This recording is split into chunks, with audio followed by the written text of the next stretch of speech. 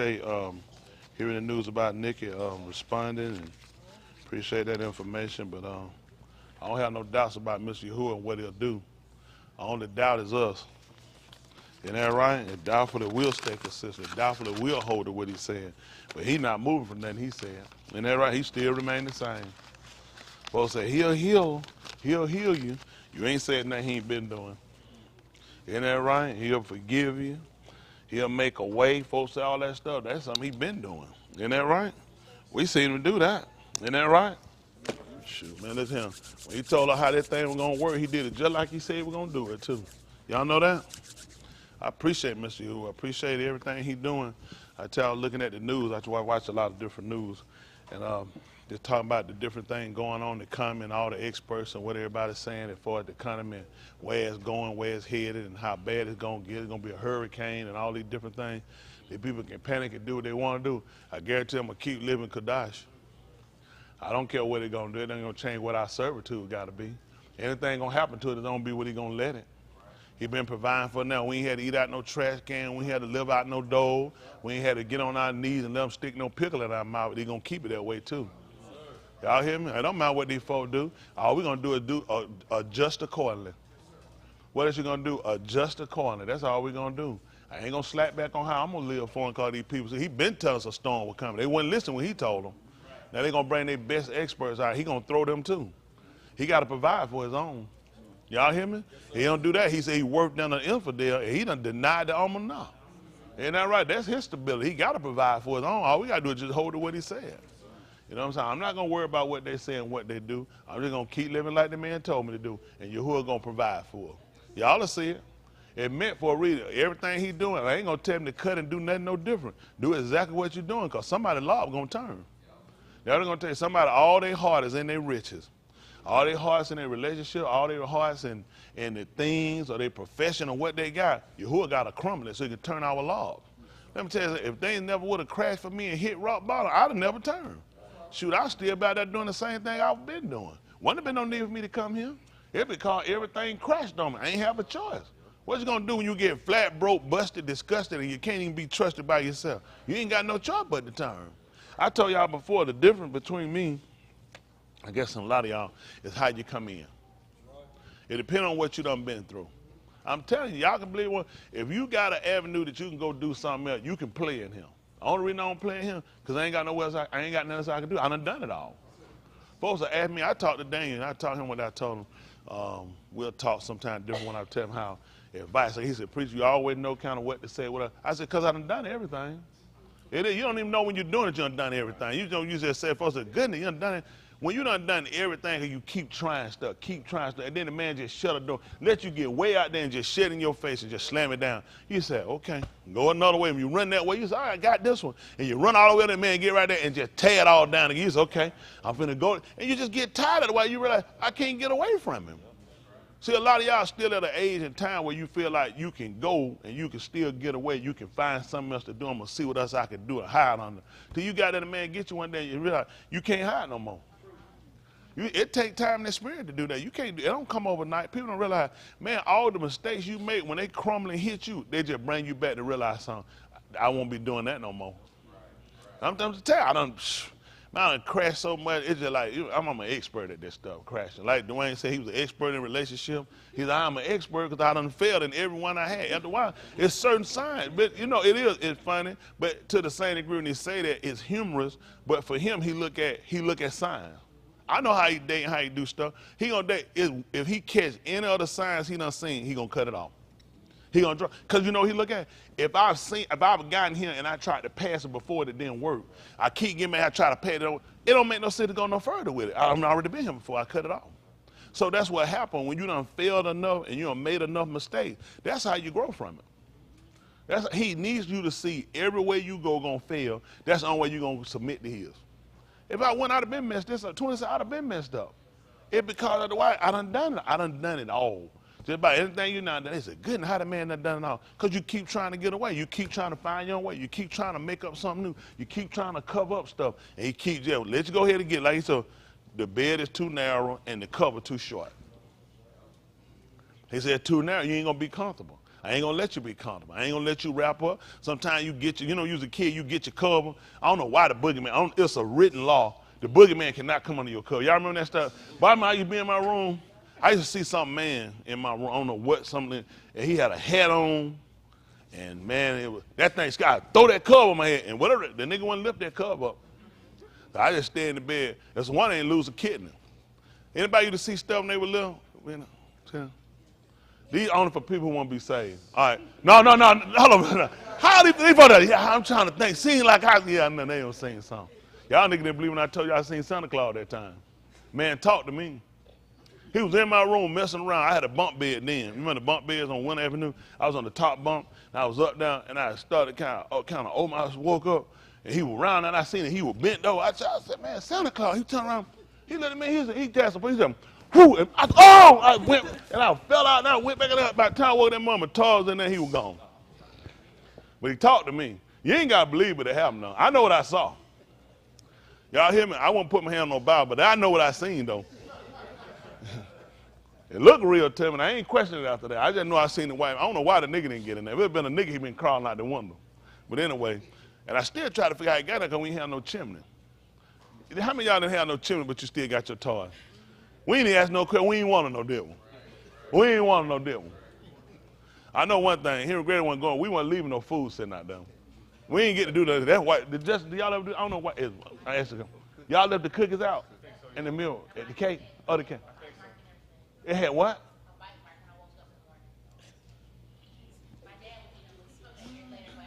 Oh, your dad. Big old grown man playing with kids. He take up there talk about it. But you know, I seen it on TV, but we weren't playing no milk. We ain't letting no sit on milk out. Then asked me to bring his own food, he coming in here. Ain't that right?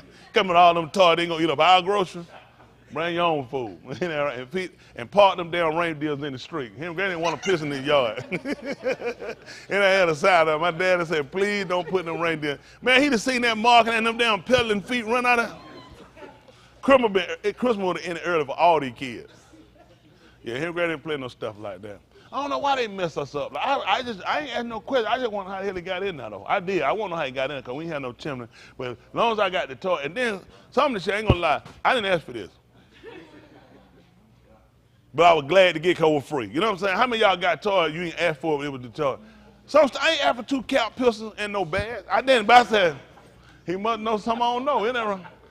It take a while for you finally get something you want. I didn't know y'all were going and putting that stuff in that attic either. I didn't know that. I'd have caught y'all up. I'd have called the police on y'all.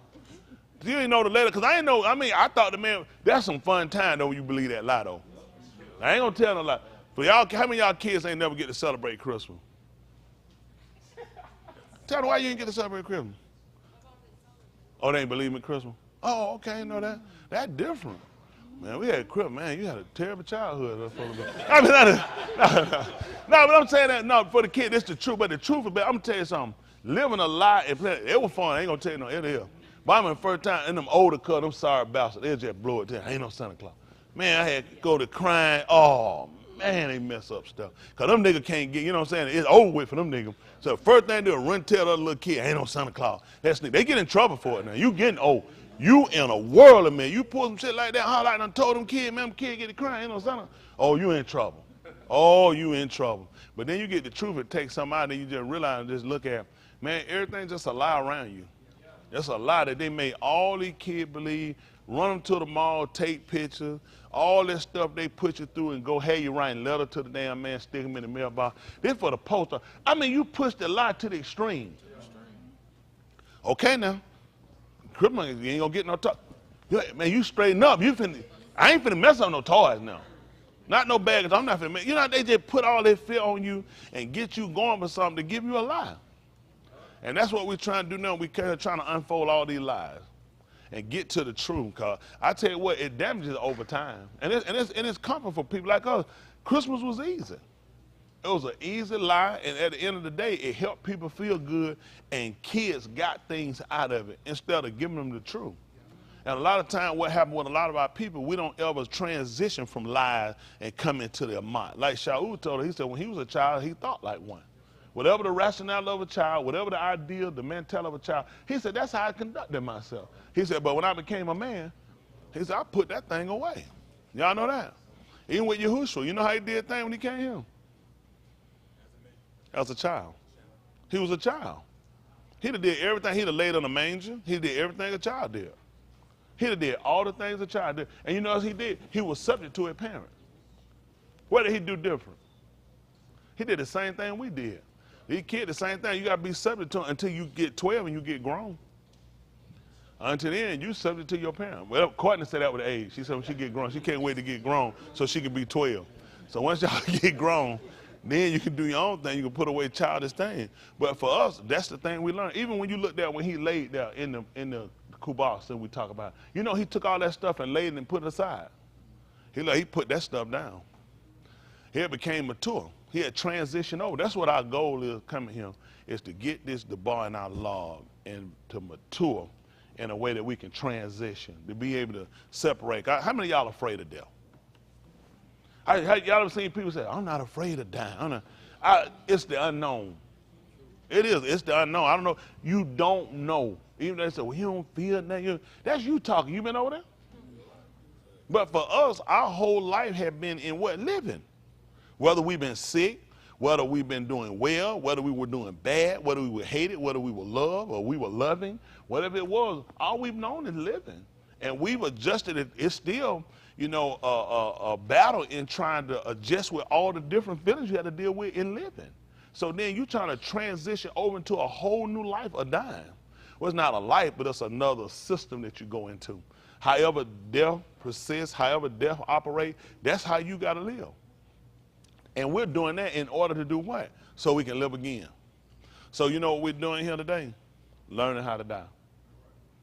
Learning how to die. Because even if you don't learn it, you still do it. You think you get a pass, you say, well, hypothetically come, it's time. You say, well, I don't know how to die. He said, okay, let me go to somebody who knows.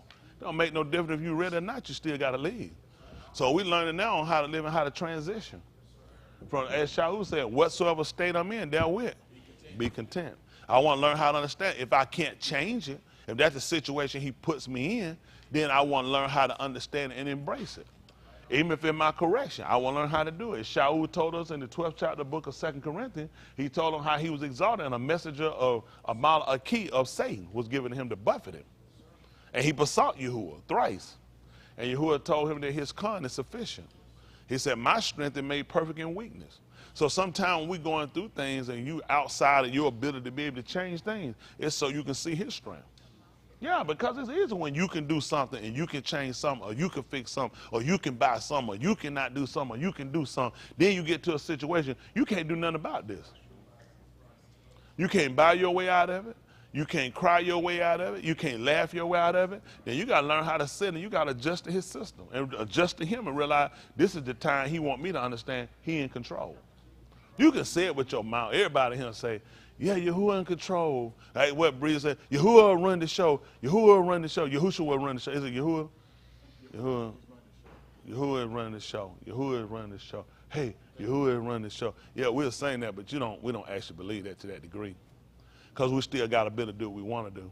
You know, when you really sing it with the power and authority, when you sitting around and you realize he done stripped you of everything, then you'll say it. You'll say it with more vigor. I'm telling you, he stripped you down, you'll say it then. You'll really say it with enough. It'll be meaningful when you say it. Because you realize who took away your health, who took away your strength, who controlled it.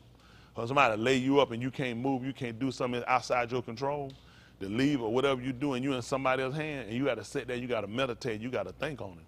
Or he put you behind some prison wall, and you take for granted that walking out. Just get them, just look out the window. You ever thought about it? I remember man, I was locked down, I was just thinking, I said, all I want to do when I got, you know what I want to do one time? It's just stand on the porch. And it be my choice whether I want to walk in versus somebody else's choice saying, you got to get in. He'll strip you of all these things just so you'll recognize and realize a lot of things not in your control. You'd be surprised how much you think in your control. You do. You don't believe it. You might not agree now. You do until he takes stuff away. And you know what? You start to meditate and realize I had a different life if I had made a different decision. But he let you know that's the problem. Your thought process, the way you do things, it'll land you in a different place. Somebody said, had I not been with, had I not, but that's the mind talk you got. That's the mentality you got, and it reeled you in. So he gets you to realize how about keeping away from people, separating from people, doing certain things. Because he lets you know everything he told it, it'll come to pass. And most of the time we recognize the thing he told us come to pass is when we hurt. No, people don't recognize what he say when things happen. It's when we hurt. Y'all know that? It's when we hurt and we put in that situation. Then he put us, guess what? Then man consider. Like he told us in the day of adversity, what he told us to do? That he said, that's what you need to, I don't know what to do. Yes, you do. You need to consider. That's why he put us in it. You don't think, man, he did a day, when the day when things are good, rejoice. He said, go ahead. But in other day of adversity, that's when you're supposed to consider. The world hate me, everybody. No, that's not. I need you to consider. That's for all of us. It's not exempt from us, but that's a good thing. See, when he said all things work for the tube and them that are hard, Yahuwah, that's the truth. Listen, even if it's your chastisement and your hurt, if it worked, it shows that if it worked to your salvation, that ain't tube. Let me tell you something. The most tragic thing probably could happen, just say if you got ran over, you got really hurt badly. That would probably, some of us be like, why, Lord? When I say Lord, for people like that, that's their mentality. For us, Yahuwah, done. Why this happened to me or whatever. But if it got you to a place to question and to ask and communicate to him, then it got you to a situation of looking at, they give you a prognosis or a diagnosis of it's not going to be better. And now you got to sit back and really look to him more and more and consider him and look at how much you took for granted, the ability you had in your situation previously. Now you look at really looking to now, if I can get myself back, I would do things differently. If I had to do over, if I ever get the opportunity again, I'll serve you better, I'll do. And then he'll allow you to come out of it. Or if he gets you and leave you in this state and you look at, I'm going to just give him what I have now, you can still give him all you have. Y'all just say, if I lost the ability to move my arms and my legs, and I have lost the ability to walk and, to be able to talk, I still got a mind, I still give him all I got. See, sometimes we have so much we won't let you serve him sometimes. It's hard to gather everything you got and give it to him and let you serve him with it. So sometimes he had to reduce down what you got and just tell you, give me everything you got. Just like he sent the man out and told him to sit him out when he was a lender. When he sat around, he went out to see everybody. All he went with, what's your bill is? If your bill was 100, said, quick, write 50. See, I'll take what you got. That's what I appreciate about it. He said, I'll take what you got. For a lot of us, you'd be surprised. Things will look like the worst thing in the world or sometimes, but it's the best thing if it moves you in the service. There's a lot of stuff I felt like the worst thing that happened to me in my life. But when you come back and you consider and go back over your life, it's the best thing could have happened to me. It got me him. I told y'all before, a lot of stuff people don't think about, don't see. Had your life gone any other way, you wouldn't be here now. People had no reason to come. Somebody come to that man in the fullness of their strength. That's retarded. For what? I'm good. I got everything I got under control. Come to him when you lost control. You come to him when everything rattling and shaking, when it's unstable. It don't make nobody come to this man with everything. That makes no sense. Y'all know that? You don't come to him. Even he talk about all the mighty kings of the rocks in the book of Kazum. And he told us in, I think, the 22nd chapter, 21st chapter, he said all of them, they bring their caboodle into the Malkuth. You know when they're going to do that? When all this stuff get tore down? When he destroy everything, you ain't got no choice. That's when you got to come. See, he giving us an opportunity to do it early. See, it's a lot of people that are going to want to confess their way and change their way when this whole thing over. He not accepting them then. He only taking application now. Isn't that right? He wants you to feel like, just like your application, you know they ask you, have you ever been convicted? Have you ever been arrested? That means you ever violated the Torah. Isn't that right? The law. That's how they want. You know, how many of y'all, when you file application, they always ask you about your criminal background. That's what Yahuwah asking you about. He want to know about your criminal background. And then he wants you to hear what you been doing. Give me your last employment and go all the way back. You got to go back in your mind. Remember, start putting dates to stuff. You know that? And then they got to connect. They want to know about them gaps too. If you got any gaps, could you just take a separate piece of paper and fill in the gap? What happened? Why is a gap in there? That's what Yahuwah want to do. He wants you to put everything down. Hello? Yes, people will be honest on the application for a job, but they'll tell a lot of them Yahuwah. They say, well, I don't want to mess this up. These folk might call and check and make sure it's right. Don't you know Yahuwah checking us? Whatever you got going on, whatever you had going on, it's a good thing you allow. We can change it. That ain't got to be your end of story. You know that? You don't gotta let your past be a written story. Learn to appreciate it. Once you elevate from it and you start to understand even when you go through. See, older people got a better understanding of things sometimes. You've been around enough and you see enough of the same stuff. You know what you realize? It's like, I remember going to the club, you go, first you be seeing all the folks, you're like, oh man, it gets you going. You go back, you see all the folks, you start realizing they're the same people. You keep going back to the same thing. It ain't as impressive as it was at the first. Because you start seeing the same people doing the same thing all the time. You realize, ain't nobody going nowhere. Then you start looking for a new place to go. You get to your new place, you'll find the same thing. People ain't changing. Then you realize you got to change. You got to evolve. You can't let people be the controller and the end orchestrator of your life. You got to give it to Yahuwah, and you got to let him decide your destiny. We pick our way a lot of times. That's why we getting so many hurts. You got to stop picking your way and let him pick it. This society, the best thing never happened to the so-called Negro. If you fall through, we ain't paying. So that at least got to tell people, be honest in that right. Folks hit up, blah, can I have something? No. So anyway, I want us to really focus on getting this right, getting to understand. I do. I said it before and I said it again. I appreciate Yahuwah, Mr. Yahuwah. He definitely deserves all that preeminence and that honor. That's the fact he gave us a mind when we look at it to say, I want to understand it when I read it. I don't just want to read it anymore because I've been reading for a lot of years. I was reading before I ever came, and I ain't getting nowhere with it. You know what I'm saying? I remember some things, I got it, but I didn't comprehend the subject matter. And my goal now is to try to make sure I understand the subject matter because I got to have it right when you get back here. Y'all got it? We got to have it right when you get back here. I know a lot of times people hear me saying it can agree, but you got to make sure your life measures up to your consent. You got to have a lifestyle that measures up to it. That's going to be your evidence. Y'all got it? When he come here, that's what that man looking for, his evidence. Y'all know that? All right? So we go through and look at, I know y'all still believing in America, but America had to come down like the rest of them. I don't know how they can be the greatest country in the world. I ain't won no war by themselves. I don't know how, only white people come up with all these victories. Not one, they ain't won one war by themselves, and they're the greatest country in the world. Greatest are coming in the world, and we over here about to be eating chicken shit any week. Running out of food, everything going on, just a terrible country, just lousy. Whole system loud, and all they want to do is get gun control, gun control. We were asking for gun control when we were getting shot. By them. Why didn't anybody want to control the guns then? Joe Biden, I heard Joe Biden on the news say today, I don't know if it was yesterday, he might have said, I saw it today, Joe Biden said more kids have been killed by guns than soldiers. I said, I don't know where the hell he been at. Are you serious? That man said more kids have been killed by guns than soldiers. That man got some wrong damn information. It don't make no. He just be talking. He don't even think. But y'all know somebody scripting his messages. That old-timer SOB don't know what he's saying. He just reciting stuff, just saying stuff. That's what I try to tell y'all. You can't just be reciting information. Know what you're talking about. That's stupid. What are you comparing this information to? Are you talking about our kids? Because you talking about our kids, you damn skipping. Isn't that right? But what kids you talking about? How many you talking about over what course of time? You just can't be rattling no shit out your mouth like that. We ain't buying that. We done listen to these folks' statistics, their statics and all of their status and all this other stuff. We got to check everybody. That's right. That's what done messed us up. We go around reciting news stuff and we don't know for ourselves. Some stuff evident for us to know that's not the truth.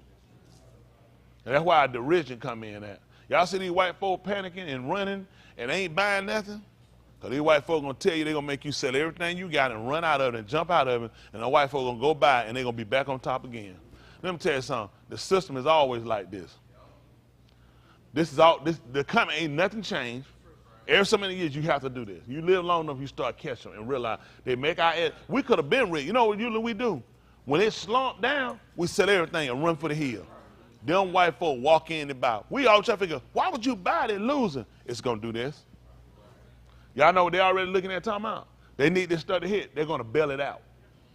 We ain't going to be in the system. We're going to be able to sold everything and run, save out, and you're going to be looking, you know what you're going to be saying?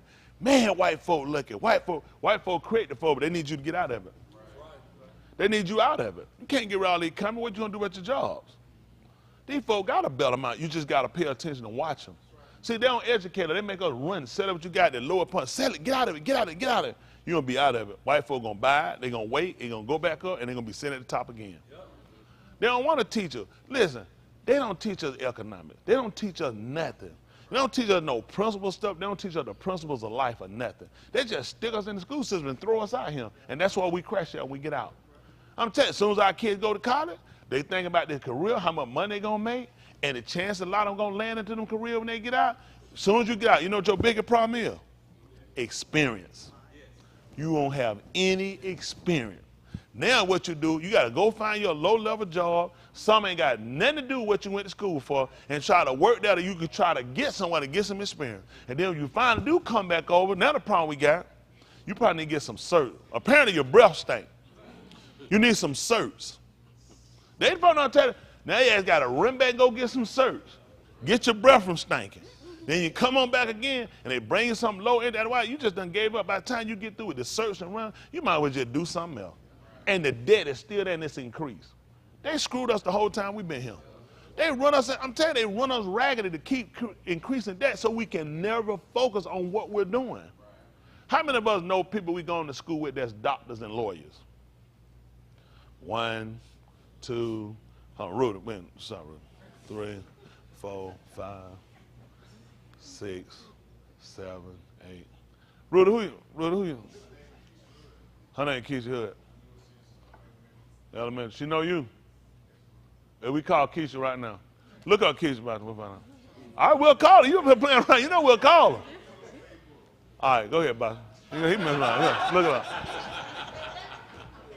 All right, look up. I'm just look up. We'll call her. She be like, who? Charlotte? I don't know. No. But that's the truth. But you said it's not enough of us. You said because a lot of us don't ever really get to move into them field. They'll put so much on us till a lot of times you look at it, it's not practical. It's not practical. You tell me you got a plan to go to school for 10 years right now. It's just not practical. It's not practical. For them, it's things set in place. They get with people that set them through. They'll make marriages allegiant with people. We don't love each other, but listen, I'm going to pay you. You're going to get a percentage of what I make for so many years. Don't y'all know they'll come together in order to get through? Doctors are married women, men doctors, and those women will pay everything while they go to school. We got to go to school and work. We're going to drop out. It's too much. I tried it. And you know, we say, I don't know how nobody do it. They will do that in order to get through. They'll make an allegiance. Ain't about no love and nothing like that. It's about, I need you. I want to make this money. I'm trying to lay on my white ass. I'm going to help your white ass get through this. And I will sacrifice and pay the bills and cover that so you can stay in school and stay focused and get out. Then they got to look like they self-made. You look and say, man, they're so much smarter than me. Why can't they learn how to make allegiance? That's how they get us every time they beat us out. And we've been wondering for years. It come out little by little, let us start realize. They're really not. They'll come together and sacrifice and throw everything away, all the principles they have in order to get those jobs. Hillary and Bill, same thing with them. She met Bill in law school. She saw the man was charismatic. He was a speaker. He was going places. And he proved it too. He took her all the way to the pinnacle, to the top. Isn't that right? It wasn't just riding his coattails. She got her own coat from behind him. Secretary of State, been senator. I mean, she made her way up there. She did well in law. She did a lot through working with Bill, having Bill for her husband, being the governor's wife, and she moved from that to staking her own name, and even running for president. You see that? White people do that together. It ain't because of no love. They'll look at this how we gonna make it. We can't make it together, and we love each other. That's how piss poor we are, because we don't have a real plan. All we'll do is struggle around and waste a whole lot of time. By the time we get old and about to die, you know what? We need to work together. We do. We need to start. We got 20 minutes before we fall out of here. You know what? We need to learn. Listen, 20 minutes before we die, we need to learn how to communicate. We need to learn how to just stop bickering and try to work together and come up with a plan and try to combine our finances and have something. 19 minutes later, ass fell out on the floor. Because nobody I'm telling you, all of the things I'm telling y'all, don't you know you have to educate people on how to do that? It's not a given. We don't just know how to work together, even teaching how to love each other. You got to teach each other how to do it. Y'all got it. It's not a given. Your emotions don't mean you know how to love, because I feel something for you.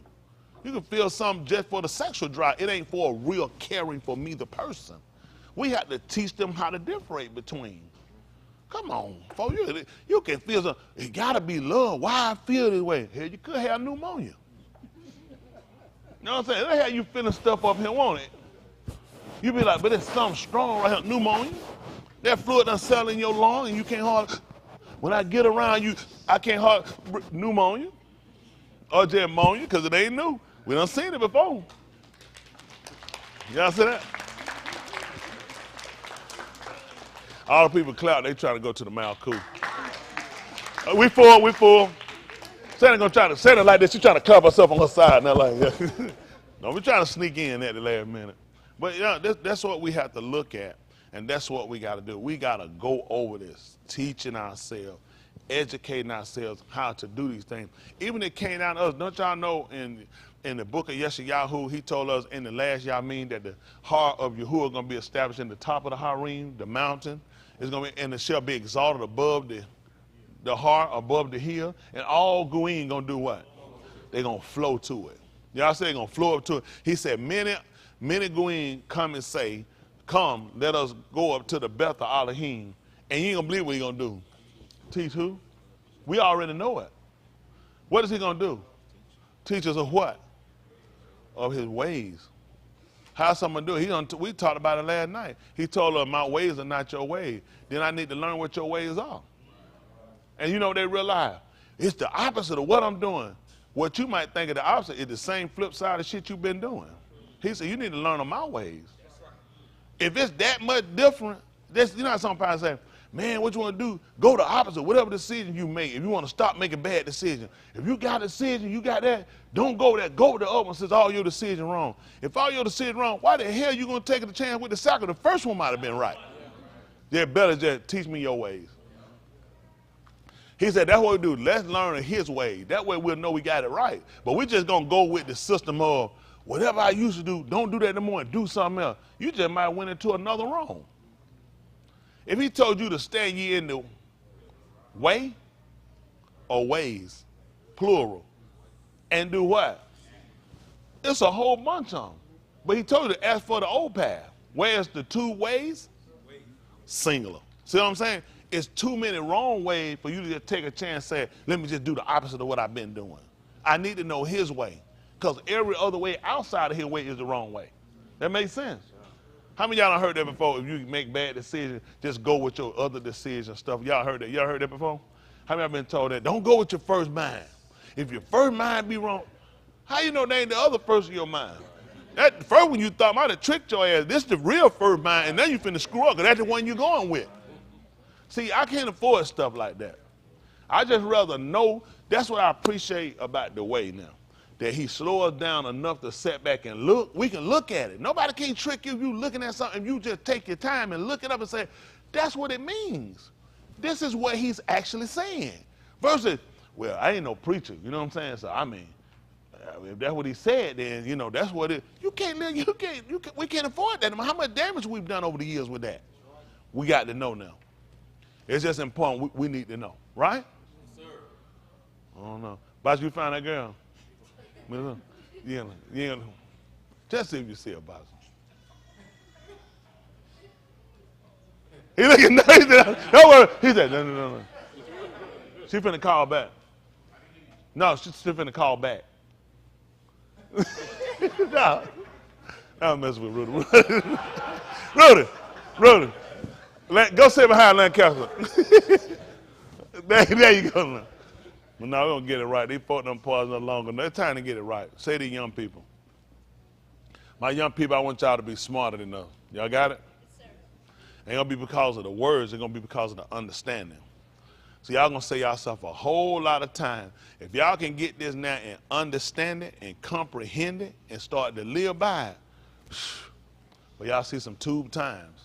Y'all see some good days. A lot of us, man, I want to tear up a whole lot of stuff. I went to the doctor, they had to do a CT scan my back. I said, that thing, that's terrible. I just stopped listening to them. I just turned out. I said, man, I ain't got to listen to hell. There's too much stuff talking about him. They want to start talking about injection, talking about, we can put injections on them. Not in here, you ain't gonna put one in here. I said, no, we're not shooting nothing in here.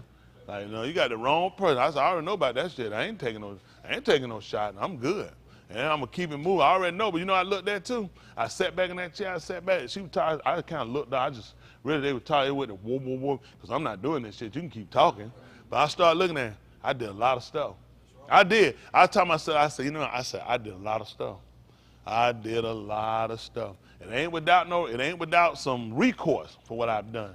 And you know what is good? Some things that you can't fix, because there's some stuff I can't fix. And you know, and it's purpose that way. You know what it teaches me? You'll be more careful next time you start to do things.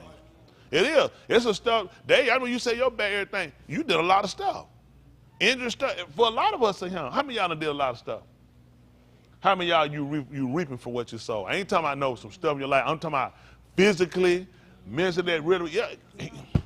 Stuff you don't realize you out there, you doing stuff. I never thought that stuff would come back up. I just never thought it would. Young folk, I was young. They used to tell our time, you're going to pay for what you do. You're like, okay. I love that. You old, you can't do nothing no more, and you trying to pull me down with you. How many of y'all felt like that? You ain't say it, you just realize, you just mad because you old, and you can't do nothing no more, and you just trying to slow everybody else down. They try to say, take your time. Hell, I ain't take my time to do nothing. I rushed and did everything. Then you get along and you realize they say, take your time. I don't know how many times I heard, take your time. When I first bought my house, me and my dad was out there working, we were trying to get stuff. I was trying to get so much stuff done. He was out here helping me run. He told me, he said, slow down, son. Take your time. I said, Dad, I gotta get this done. He kept it, but he was out here. He said, son, you got a house. It's always gonna be something to do. He said, you can't do everything at one time. He said, take your time. I said, yep, keep working. I'm trying to hurry. I said, I got to get all this done so my family can. And I realized that's what he said. You can't do it. You're going to burn yourself out, son. Learn to take your time. You got to get you a plan, get you a schedule, and you start to do things. You just can't do everything at one time.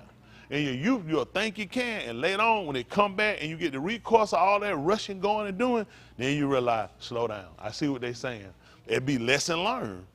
That's why I tell y'all, and I know with all y'all young people, a couple of y'all will take what I'm saying and you'll live by it. You'll make a few mistakes and you'll come back and you'll recall it.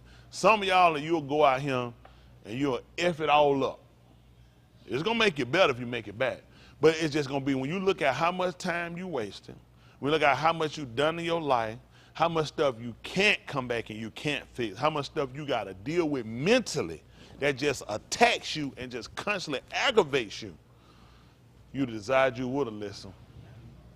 Just like us, the best lesson, unfortunately with some people, is experience. Some people learn at death, but they learned it. I wonder what'll happen if I take this gas and light this match right here inside that bottle, wire right here, and they caught on fire and they burned up and died. You ain't gonna believe it. They learned what happened though. You just don't want to be that idiot.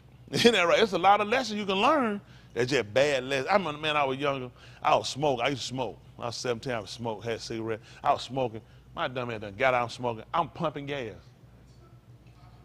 You know that thing tell you, shut off your engine and don't smoke. Hell, I was smoking too. That damn thing, that gas had, listen, and I had to throw that cigarette, but it didn't blow up or nothing. Do you know how, listen, damn thing supposed to blow, slap up out the ground. You know what I'm saying? But you know what? I was still too dumb and young. So you don't learn from that. You just feel like, ooh, I got it out. So I was lucky. You know what I'm saying? It didn't happen like that. And I ain't think nothing about you don't think nothing about nothing you do. You just keep going. And that man bring you back over your life at one point and say, let's just go back over all the dumb shit you done done. Here you supposed to blow it up. Here you shouldn't have made out of this. You should, and you start thinking, you're like, I ain't never think nothing about it. Because you don't. When you young, you don't think, you just feel like, hey, whatever. If nothing happens, whatever. You keep going. And you don't realize you're going to keep going to that door, finally hit you or something slap and shut you down, and you realize, man, I should have been out of him. If you don't get out of him. Y'all got it? Y'all better learn to appreciate that, man. Learn to take your time. Y'all hear me? Take your time. What that say that? Boogie, take your time, young grasshopper. Y'all hear me? Take your time. This system is designed to run her right. That's why we look, young folk want to be old fast. That was me. Just like my mama, she said, all her friends were older. She would hang around and be out. That's the same thing I did. Folks be like, I want to hang around the big one. Stay around your little age, get your time out. You don't want to be no damn Michael Jackson. Little grown ass running here with no damn chimp. We ain't gonna have, you ain't grabbing him with no damn chimp running around thinking finna be dancing, throwing your ass all over the pew. Slow down, get your childhood out while you're a child. Because as you mature, you gotta move away from it. Y'all got it? Y'all old enough to play? How many of y'all little kids want to be older? Now nobody want to be older. Look, I don't know. Just one of y'all. Everybody want to be their age. Let me tell you something. All y'all want to be the age you are. How old you want to be, Alex? 18. When you get 18, you're going to want to be 21. It ain't going to never end. It never end. How old you want to be, Joseph? Joseph, we need that age. We're going to need it for Shabbat over with. It ain't that many numbers in mathematics for you to be that long now. How old you want to be? 21. He'll want to be 25. It'll happen, whatever age you want to be. I'm telling you, once you get there, you want. When I was 21, then I walked out. I want a photo. They asked me for ID. I go, ID. That's me for no ID. That man, I remember the man told me. He said, calm down. He said, you just 21. Oh, that thing cut. Because I was like, he gonna be like, oh, sir, you grown.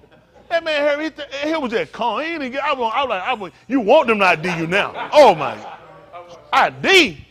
You want to know for ID? I want to show these folks I'm 21. That man said, his son he said, he only 21. So I said, I want to be 25. That way, I'm past that. You know what I'm saying? You can't holler, I'm just no 21. You get 25, then you need to get 30 more seasoned. You know what I'm saying? It never stops. Then you go around and hit 40, you're like, hell, I need to go back to 18, 21. After that, you done. You trying to, let's go way back. After that, man, like the damn thing just take off. You just running through it. Then after y'all did, look, they said, damn. Say, you remember when Jesus but you're like, damn. And now they say, well, you're 60. It's a 60. Like, damn, but that thing rough when you start getting out your years. Isn't that right? Folks be like, what was the world like then? Like it is now. Isn't that right? But I just tell you, y'all take your time. Everything happen in due time. Main thing is, make sure you're getting this word, you're getting understanding, so you know how to live. Everything else will take care of itself. Everything else will take care of itself. Y'all know that? Y'all good? All right, we're going to try to see if we can go ahead and sound a Kato Sarah, and we're going to get up and palau, and then we're going to see what does say Mr. Yahuwah. That's the only way to do it, ain't it? All right.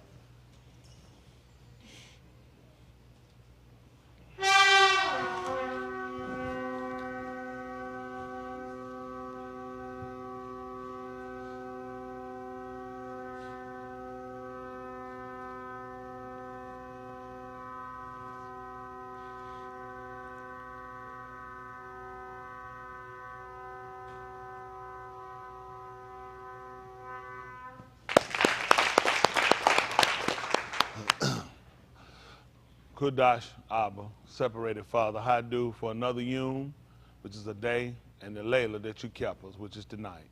Hadu for sparing our Kai, our lives, and giving us an opportunity to be able to yakra upon your Shem, which is called upon your name. Blot out all of the Kata and the Ma'al, which are the sins and the transgression of our Abbas, which are the fathers, and of the Benim, of the children, and of us, before Salam too late, which is forever. Baraka us according to that which you rendered through Yahushua HaMashiach, which is your salvation, the anointed one. And how he he died, and how he became our Zabak, which is our sacrifice, whom you slaughtered, that he might redeem us in due time from the beth of bondage, which is the house of slavery. Baraka us, which is bestow a gift upon us, that your piney might oar upon us and be our encampment, which is your face and your presence. Fill our lives, which are our hearts, that we might know how to shakar you, which is to worship you or adore you, for truly you're worthy. We're sorry for not being the which are the people that you sought for at the Rashid, which is at the beginning, but you spared our Kai, which is our lives, to give us this opportunity that we can re-examine and make an assessment of how we ought to halak, which is how to walk. Lamed us, which is to instruct us and show us and teach us, that we might know how to halak and how to walk. Baraka us, bestow a gift upon us, and fill us with the Ruach HaKadosh, which is your spirit of separation, that we might not be condemned in the mashpat, which is the judgment. Make us unrebukable and unblameable, Talmim, which is complete. Make us of the Kodashim, which is of the separated ones. Baraka those that are watching in, those we commit to you in Palau, those that ask us Palau for them and with them, their desires, their will, that they might be Yasha, be a healer to them. Continue to be a Baraka to Nikki and to Chris and strengthen them as only you can. Baraka the out-of-towners, that they don't falter and they don't faint, that you be their Nakum, which is their consolation. Baraka the married, the single, and the separated, for without you we are nothing.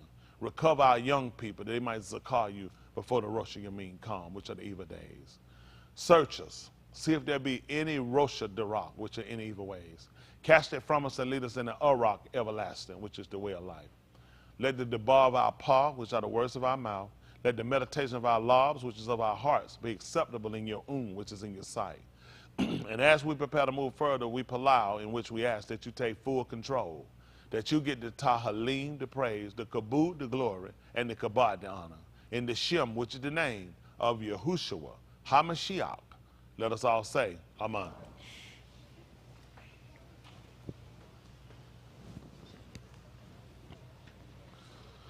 Oh, my. Did y'all learn anything yesterday, last night?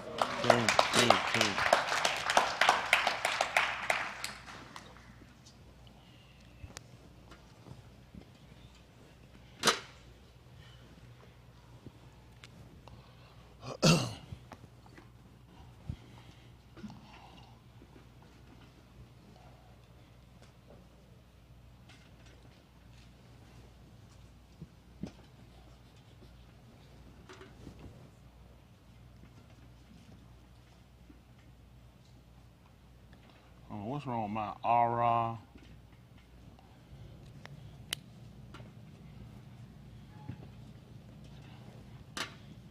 Y'all know we started at Romans 15:4?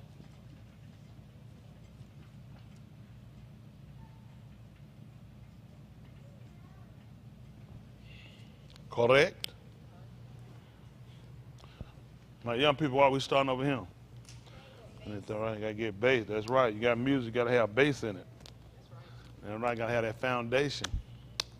Be like, you gotta have that bass, like Ray say, more cowbells. Isn't that right? Sometimes that stuff will get on your hands. I hope this ain't that white lightning. I like what Malcolm put in him. This ain't that stuff from that marriage supper, was it?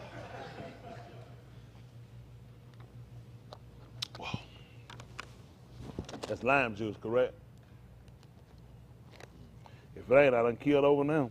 All right, let's see. Romans 15:4. That's right, we got to get a base for where we're going to. So we got to set this before we can start building, right? So this is the fundamentals of our building block. We got to have a foundation first. That's why we start here. All right, for those that watch in, we're using the Word program, which will give you the Latin, the English, the Greek. So right now in New Testament, as they call it, we'll find, you'll notice they have the Dewey Rim here, which is the Latin version of the English translation, King James Version, which is English, and you find out and see the hypocrisy in his writing. Go to the Old Testament, you'll see the Septuagint, which is the Greek, which is an older version of any of them, or both of these two. So you'll be able to examine and see for ourselves kind of where the little conflict comes in. And find them conflicts, they help us get an opportunity to try to fix some things. Just like that's the whole purpose with man. When man measures his life up against the word, he can see where his conflict is. Because a lot of time, it'll look like Yahuwah is fighting you. When you're in the world and you have a world-type mentality, it'll look like it's against you. It's against your ways. It's not against you personally. And it's to get you to try to submit and turn from your ways so you'll come to him. There's a lot of people, Yahuwah punish them and put them through, and he still don't let them come back. I'm appreciative for the fact that he allowed this opportunity to be able to draw now. That ain't to everybody. Everybody can't draw to him. They have done so much and put themselves in so much derision to where it's just not, they don't have the ability. They can't come. Like Yahushua said, you can't come unto me except the ABBA which sent me drawing. And that's the only way you can come. And I appreciate him for drawing me. Ain't that right? I appreciate how they work together. You cannot come to him on your own except he draw you. I'm glad he didn't just leave it up to me. I'd have never made it. I'd have never made it. When people feel like it's something, it's not something, I guess what people look at for people that saved, it's something special about them. It's something special about you if he call you. There's something special about you. You have to be able to realize the real value of yourself and stop beating yourself up to being that you're no value. He called you. A lot of people can't do this. They got the education, they got the money, they got the transportation, they got the ability on a lot of other ends that you would think of the ability. They just don't have a heart. You got to have a heart to do this. Yeah, I remember the scarecrow tried to look at some things he looked at, he needed a heart. He knew, you remember he was going to see the Wizard of Oz, he looked at, I need a heart. I know it's a fictional movie, but think about it, and even the scarecrow realized I needed a brain, so he looked at the situation I'm in. If I had a brain, I could have thought myself out of this situation. Don't you know Yahuwah got to give you a mind? Even the times when he afflicted us and allowed things to happen, it was only so he could turn us. And we always took it for hate. He hate me, that's why he let all this happen. No, I hate what you're doing, and I'm trying to trouble you so I can get you back over. I'm trying to get you back home. With all the captivity he put Yasharal in, it took 18 years, 40-something years, 70 years, all the years it took to eventually get us to what? So we can get back to him. I'm going to show you the outcome of your decisions. The long existed, pre-existed to your decision. And when you look at it, you'll realize you need to come on back home. We just like the young man who left out of his ABBA house with all his tools, all his riches, and when we got there, you realize you wasted up everything I gave you. And when he got just low enough, he realized it took that to get him back home. Long he could keep spending and flipping money and making stuff happen, that boy wasn't going nowhere. But when he wasted everything he got and realized how low he had gotten, that he was ready to eat with some hogs, he realized, man, I can get back to my ABBA house. And that's the same thing with us. You got to get to your lowest point to realize you need to get home. That's what I did. I've been to my lowest points out there. People be like, I don't want to feel low. I don't want to feel down. You need to, it'll turn you. Every one of y'all need to get in one of those. I know, did anybody come here? And I want you to think about your answer. Did anybody come here and you didn't have no other option? Can I see your hand? Did anybody else? That make a difference. That make a difference for a lot of y'all. Because I'm telling you, when you got options, you got something else you can do. I remember, man, back in the night, I had a trucker job. I tell them folks stuff in a minute, man. I just tell them, you ain't gonna believe why. I had options. I just tell them, I said, I can go right down the street. Man, to hire me. I told her, I said, man, give me 50 cents more than you pay me. I said, I quit right now. I ran my mouth, because I got too many options. I'm not finna sit and listen to your shit. I'll leave. I wasn't putting up, I'm telling you, man, I was terrible. I was terrible. I had options. I said, man, I'm not putting up no shit. I'll leave right now. I'll quit. Tell the man, come in early. Just on how to quit. I said, if I don't come in early, I said, I quit. I won't even come. I had so many options. I said, man, when your options get short and things got away, get what? You want to take a little shit now, huh? You got to kind of keep your mouth closed. That's just being honest. You know what? I learned that from nature. That when your options start changing, you can't do all that. Yeah, you got to start thinking about it now. You mess around and let this go now. It might be a while before you get another one. You might miss some checks, and that put you behind and put you out. So you learn, get what? I'm going to take a little more. I usually wouldn't do it, but they ain't got it many options, so I'm going to have to put up with some stuff. Y'all got what I'm saying? Guess what Yahuwah do? He let all my options run out. You can go down the street and get that 50 cents more. I said, no, I'm good. You know, you ain't got to come here early. I said, no, I'm going to do what I got to do. I'm good. I ain't going nowhere. Isn't that right? No. I'm telling you, my options ran out. And you know, that's no insult to all of y'all. Everybody different. Some of y'all, what's going to get you? Your mistakes going to be made here. You're going to make your mistakes here. And it's going to put you on edge to where you're going to realize you done burnt all your bridges. You got to do that. I'm telling you. You got to. Otherwise, you know why? If you don't, that's going to keep you from making all them bad. I used to make so many bad decisions. I used to get in so much stuff. And because I had options. You got to get rid of your options. When you get rid of all them options, then you realize this is the last thing I got right here. I can't mess this up. I'm doing it. You got to get it right. It's mandatory. I mean, I got to get it right. I don't have the opportunity. I can't go out there and I can't do it. I can't do it. I ain't got no options. I already know I ain't gonna make it back. We gotta agree. I ain't gonna make it back. You ain't gonna make it back, so that make a difference. I ain't trying to mess this. I messed up everything I had in my life. Just about every time I messed it up. I messed up so much stuff. And it perfect. Sometimes you say, man, how I messed that up? Man, I had it right there. He let you know, because that's the problem. You had it.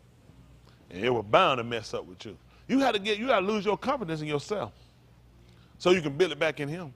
That makes sense to y'all? Yes, you gotta do it. How many of y'all done messed up a lot? A lot. So why are you trusting you? Why are you trusting you against him? How many times he done messed up? Who gonna be the better decision maker for us?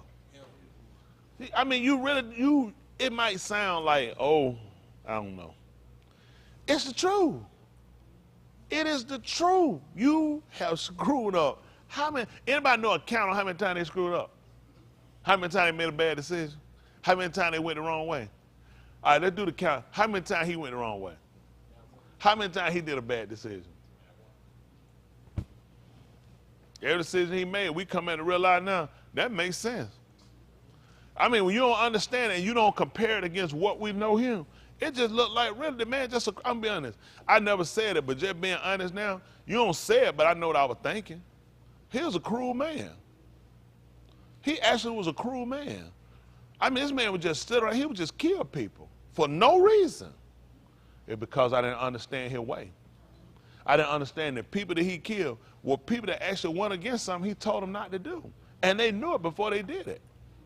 And he came back to let them know, if I don't do this and I let you off, then you got to wonder when I told you the two things I'm going to do for you, will I do that? Maybe I'll change up on that. So if I come back and I reward you for the wrong, although it's going to cost you and it's going to hurt you and put you back, you can hold another thing too. If I told you my intent for you was two, you'll say, he'll man his word. Because when I went contrary, everything he told me he was going to do, he did. You know who understood about it? Adam. When he got that damn sweat, that first sweat did that number right there. That man did it. It raining. That's the sweat of my brow. When that man was out in that field, he was hitting, and his ass got stuck. He said, thorns. See, that made him realize, you know what, I don't have to also come. We don't know his story, but just being honest, you don't live 900 years and be no asshole, be no dummy. You know what you start realizing? The man told me before I got him. Everything he told me, he said, this is how I'm going to work. And I'm going to do this till I go back to the earth, back to the ground. That man put him out there. You know what he can hold to? If he told me something too for me, he going to do it. See, I learned back in my time, I don't hear nobody talking about no punishing me and some going against me and something going to happen to my kid. I don't hear no shit like that. Tell that stuff to somebody else. But it was to let me know, I'm giving you options. You had options in the street, I'm going to give you some. You can choose to live or choose to die. I appreciate him now. I appreciate him for the punishment. Because he rewarded me just like he said for my bad work, my Russia work. Surely got to reward me for my tube. Because think about it. When you supposed to get this tube stuff? When you supposed to get this mail cool by tomorrow in the morning? When that supposed to be, y'all? What, next year? November? Think about this. He is expecting us to wait on an empire where you don't get sick. This water you can just drink of, and you can eat of these arts and never die, and nothing but healing. Never dog, none of this stuff. How many of y'all seen this? All right, two, because I ain't seen it either. Good. None of us ain't seen it. How many of y'all done seen the rewards of what he told you when you go wrong? You ain't gonna believe it. He used that to make me to believe what he said he gonna do for two. That is. You think about it, because people talk you out of it. You ever seen his kingdom? You ever seen it? You seen the angels? You seen his throne? None of us seen it. I seen it rare. Here, Ralph another convinced me that what he said he can do on the tube, this is an easy thing for him. As Abraham said, Is there anything too hard for Yahuwah? Is there anything too hard for him? That's what he realized from dealing with him. Everything the man told him he was going to do, he said he did it. And when he told him that he was going to have a man in his old age, he said, is there anything too hard for him? No, that's why I'm here. That's why I'm here. I don't know why you here. We need to go back and examine. If you ain't been through it, if you ain't got your mindset to do it, I wouldn't try to make it. I wouldn't try to make it. You'll be wasting your time. That thing got to prick you in your law. That's what happened on the day of Ukar Shabur. That's why everybody didn't get saved that day. Everybody wasn't pricked. That thing prick you, then he realized I could change it. Isn't that right? You got to break through it. It's stone. He got to break it up. Just like your untilled ground. He said, I got to break it up. That's, how you going to accept the corn of wheat fall into the ground? You tell me I take a wheat, a blade, a wheat, a kernel of wheat and just drop it on the ground, it going to grow? No, sir. I got to break up that fallow ground. Isn't that right? That untilled ground got to be broken up so it got somewhere to fall into. So when he pricked their log, guess what happened? That thing can get in there. That's been the problem. I got to break it up. He told your heart is stone. I got to break it up. How am I going to get something in it? I got to break it up, right? That's how I get it. A lot of us, we've been hearing the word. We've been doing it around. Got to break it up. Isn't that right? That's the only way he's going to get in there. Isn't that right? So he got to hit us with some stuff. He got to tell some stuff that's meaningful, heart-filling to us, something we care a lot for, a lot of things we strive for. When he destroy that thing, guess what? But that heart be.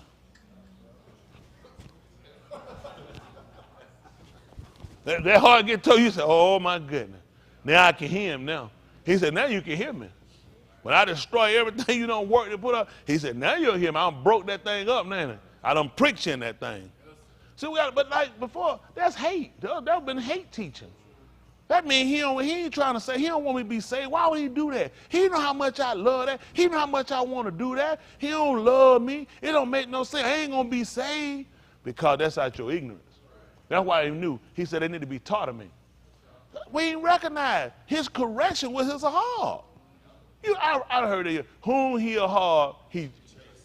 I heard that. You know, I looked at. Please don't whoop me. You know that, mother, if you would, can you show me you love me and whoop me? Man, I ain't trying to get no whooping. That's crazy. That's the rationale of a mind that don't understand how he works. He's not talking about just a physical beat. It's I correct you when you do stuff.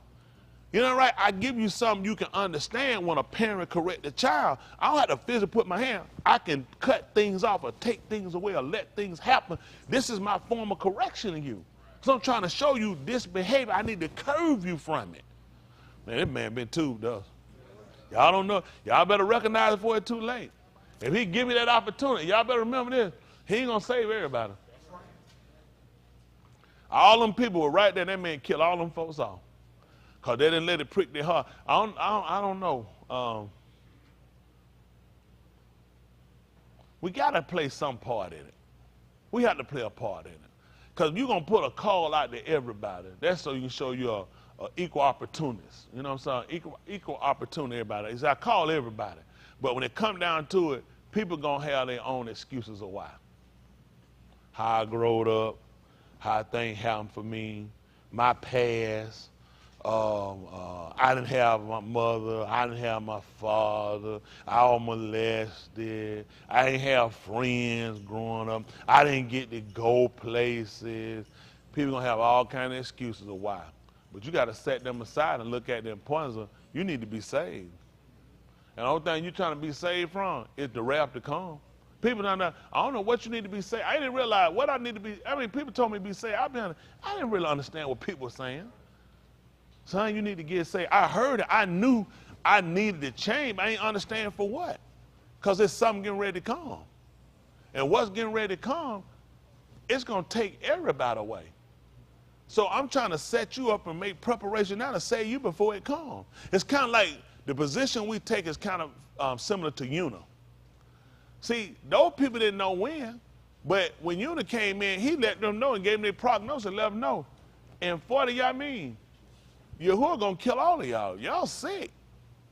And when he let them know, them folks start looking at it. Let's strip ourselves of some things. because they realize, I don't want to die. He has to touch us on the most precious thing we got, which is our life. It's none of y'all in here let me choke you and you'll just put your hand to your side and sit there. You'll fight to live. You might start out trying it, but eventually when you get to that point of it, oh, no, no, no, no, no, no, no. Your body finna start pissing. You finna start pushing air, and that air gonna push a log out of there. One of them logs ain't going Thunder River. About 16 kids can ride on it. You still got 2 more seats open.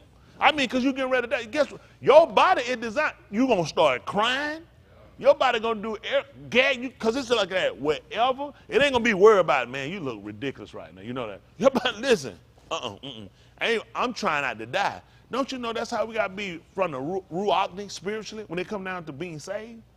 You can't worry about how you appear to other people. All you trying to do is keep from dying. Your physical body has that anatomy, has that makeup that it'll do it. You ain't got to teach it. You don't know what you'll do till you get in that situation and live. You'll be surprised. You start choking and see what you'll do. You'll start putting, you was in your hobby, you'll start pushing shit over, knock stuff, trying to catch whatever you got to do, whatever you got, you ain't going to be like, hold on, man, it look ridiculous, man. It's going to look like I'm out of control. You are. You doing whatever you got to do to live. That's how we all got to be ruach. Whatever it takes so we can live. All right. Maybe that was for me. Let's see. All right. Romans 15:4. Listen. For whatsoever things Nikatar before time was written before. Nikatar for our lament. That's right. To teach us, to show us, instruct. That Jordan I heard out there. Who is that? Okay. Ian, I already know where you at. I heard somebody out there. Who that I heard out there? Jason said that was you, Chelsea. Who was it again?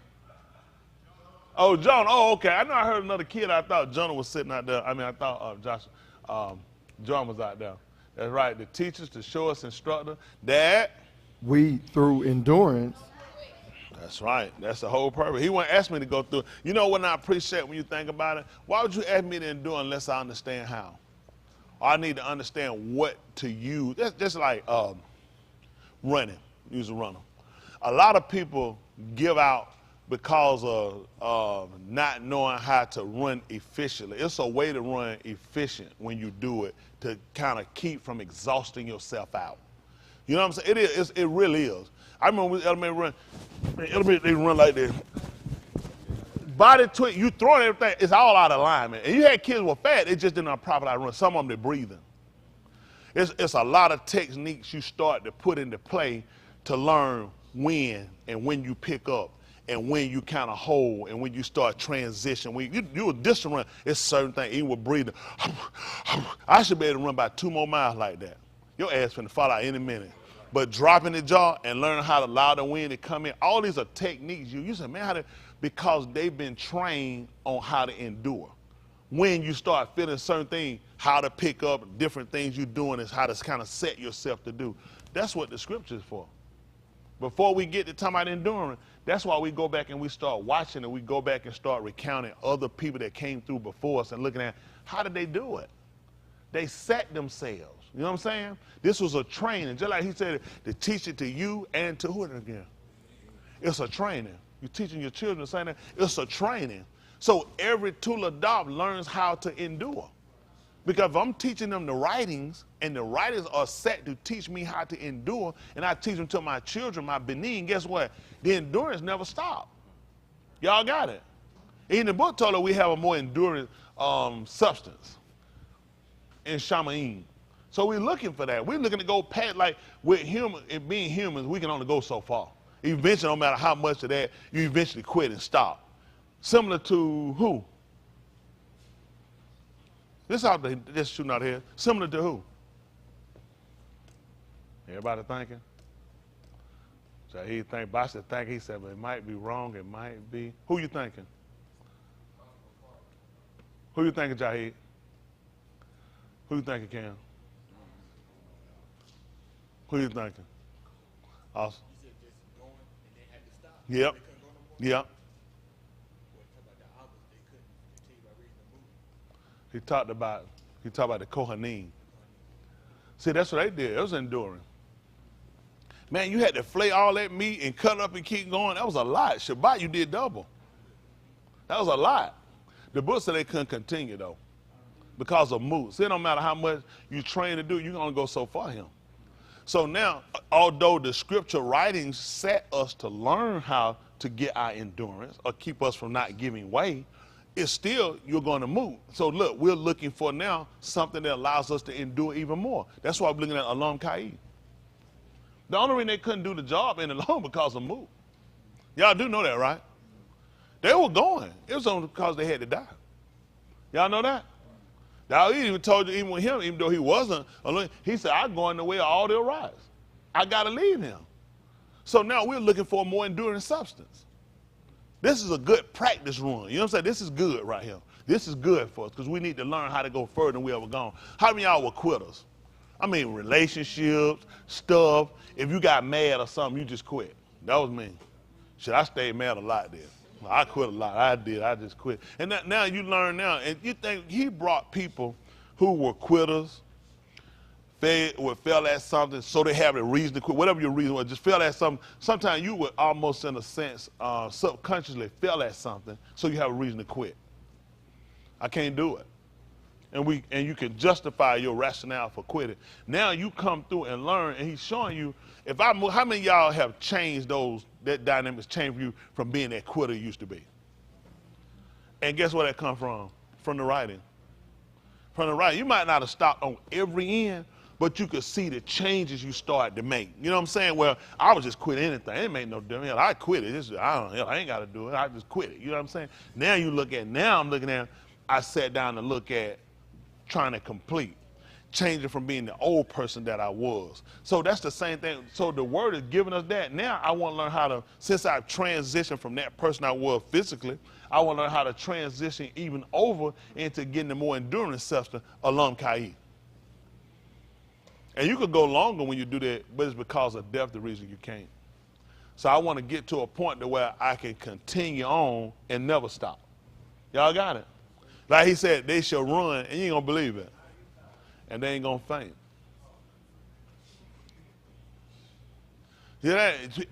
That's a more enduring substance. You can run and never faint, never stop. That's an enduring substance that you want to obtain. But we got to do just like Shaul said, though. We got to strive for it lawfully.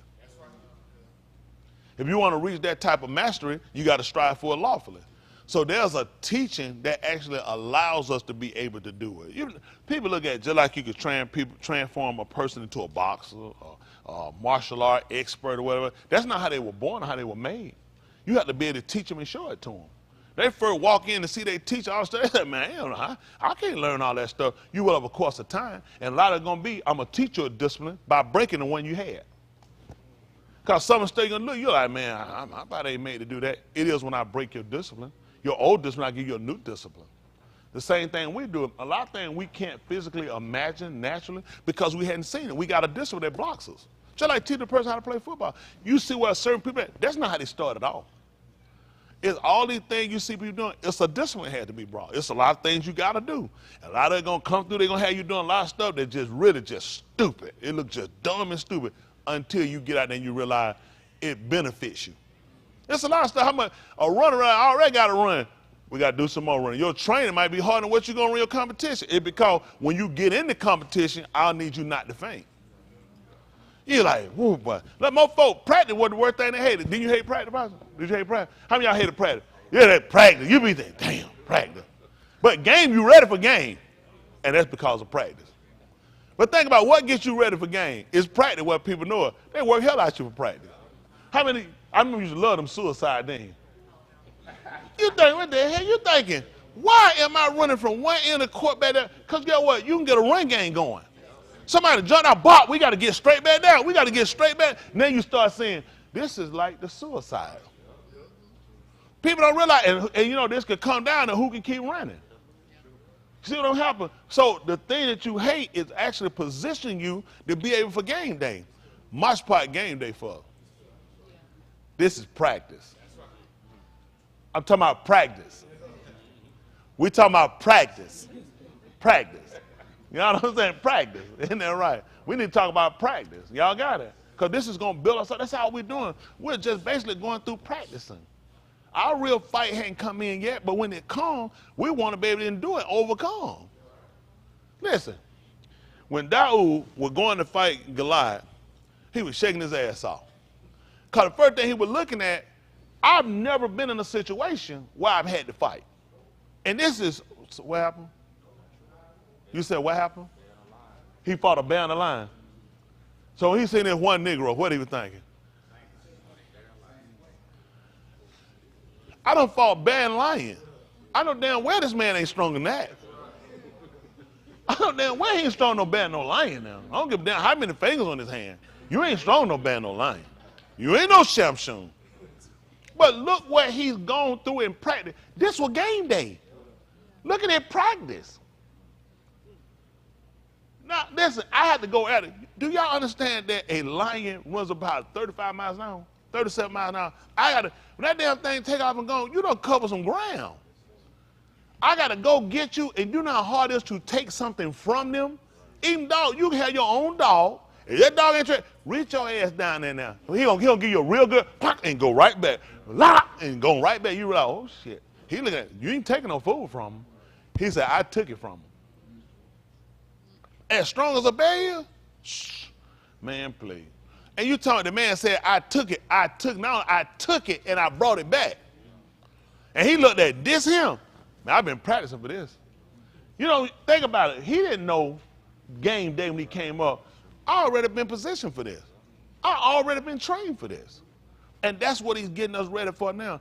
Listen, there's some stuff that's going to come on the whole of rocks. And we got to learn how to endure, go through right here before we get to game day. Man, our persecution hadn't started. And you got folk already fall out and quit. But this is the same thing he did when he had Gideon them. He said, the arm is too many. He said, everybody that's of a fearful yard, a law, send them back. Fearful heart, send them back. Till he got them down until he had enough people to take the city. Y'all got it. That's what we're doing now. We're going to thin out as time go. At the end of the day, we're going to look at you practicing for game day. Whatever you're going through now, it's some stuff going to come on up. If you can't get through this, you ain't going to make it game day. That's right. Y'all got it? All right. So y'all understand that for whatever things were written before were written for our learning, that through endurance and Nakum of the Kitabim. The reward. There's a reward behind the writings. Isn't that right? What else happened? Of the Kitabim. And it's other writings. Might have tikva. That's right. A cord or your call. What is your call? That's right. That's one. He expecting me to wait. Now I'm looking for a reward, right? That's what we think about it. He's expecting me to wait. Then I need a reward. Correct? Why are you waiting? People say, I'm just waiting because the Lord good. Come on, stupid. Come on with a better answer than that. I'm waiting on my reward, right? He said, behold, I come when? And then I'm your call. I'm expecting them. I'm sitting here and I'm waiting. And I'm not just waiting on my own. It's because of the writing. If I meet all of the criteria, if I meet all of his mandate, he's going to give me a reward. Know why you waiting. Don't just be sitting around reciting stuff like old people just saying something. Because he good. Because he good. No, that's not why I'm doing it. I'm doing it because of the writings. I'm not quitting. I'm not giving way because of the writings. I'm waiting on the reward. That's my attachment. Y'all got it? Let's look at some what it talks. See if that's the second chapter of the book of Ephesians. See if it's 2 and 7.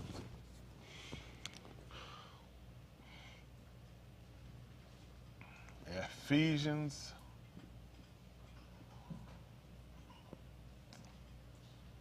I think it's 2 and 6. Oh, let's see.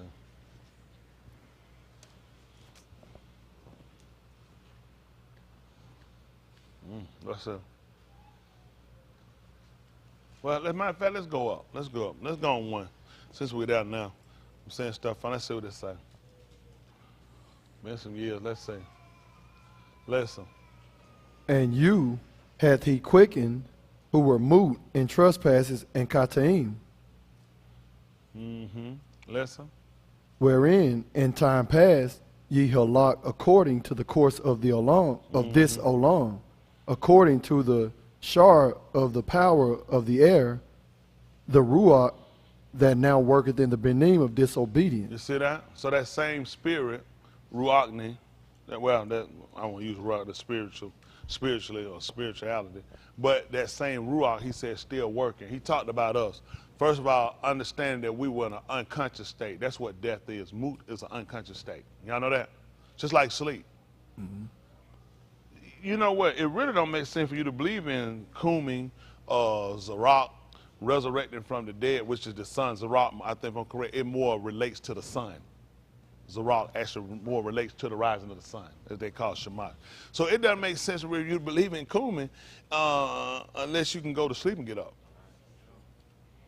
You know what state that is? Somebody tell you something, you say, what happened?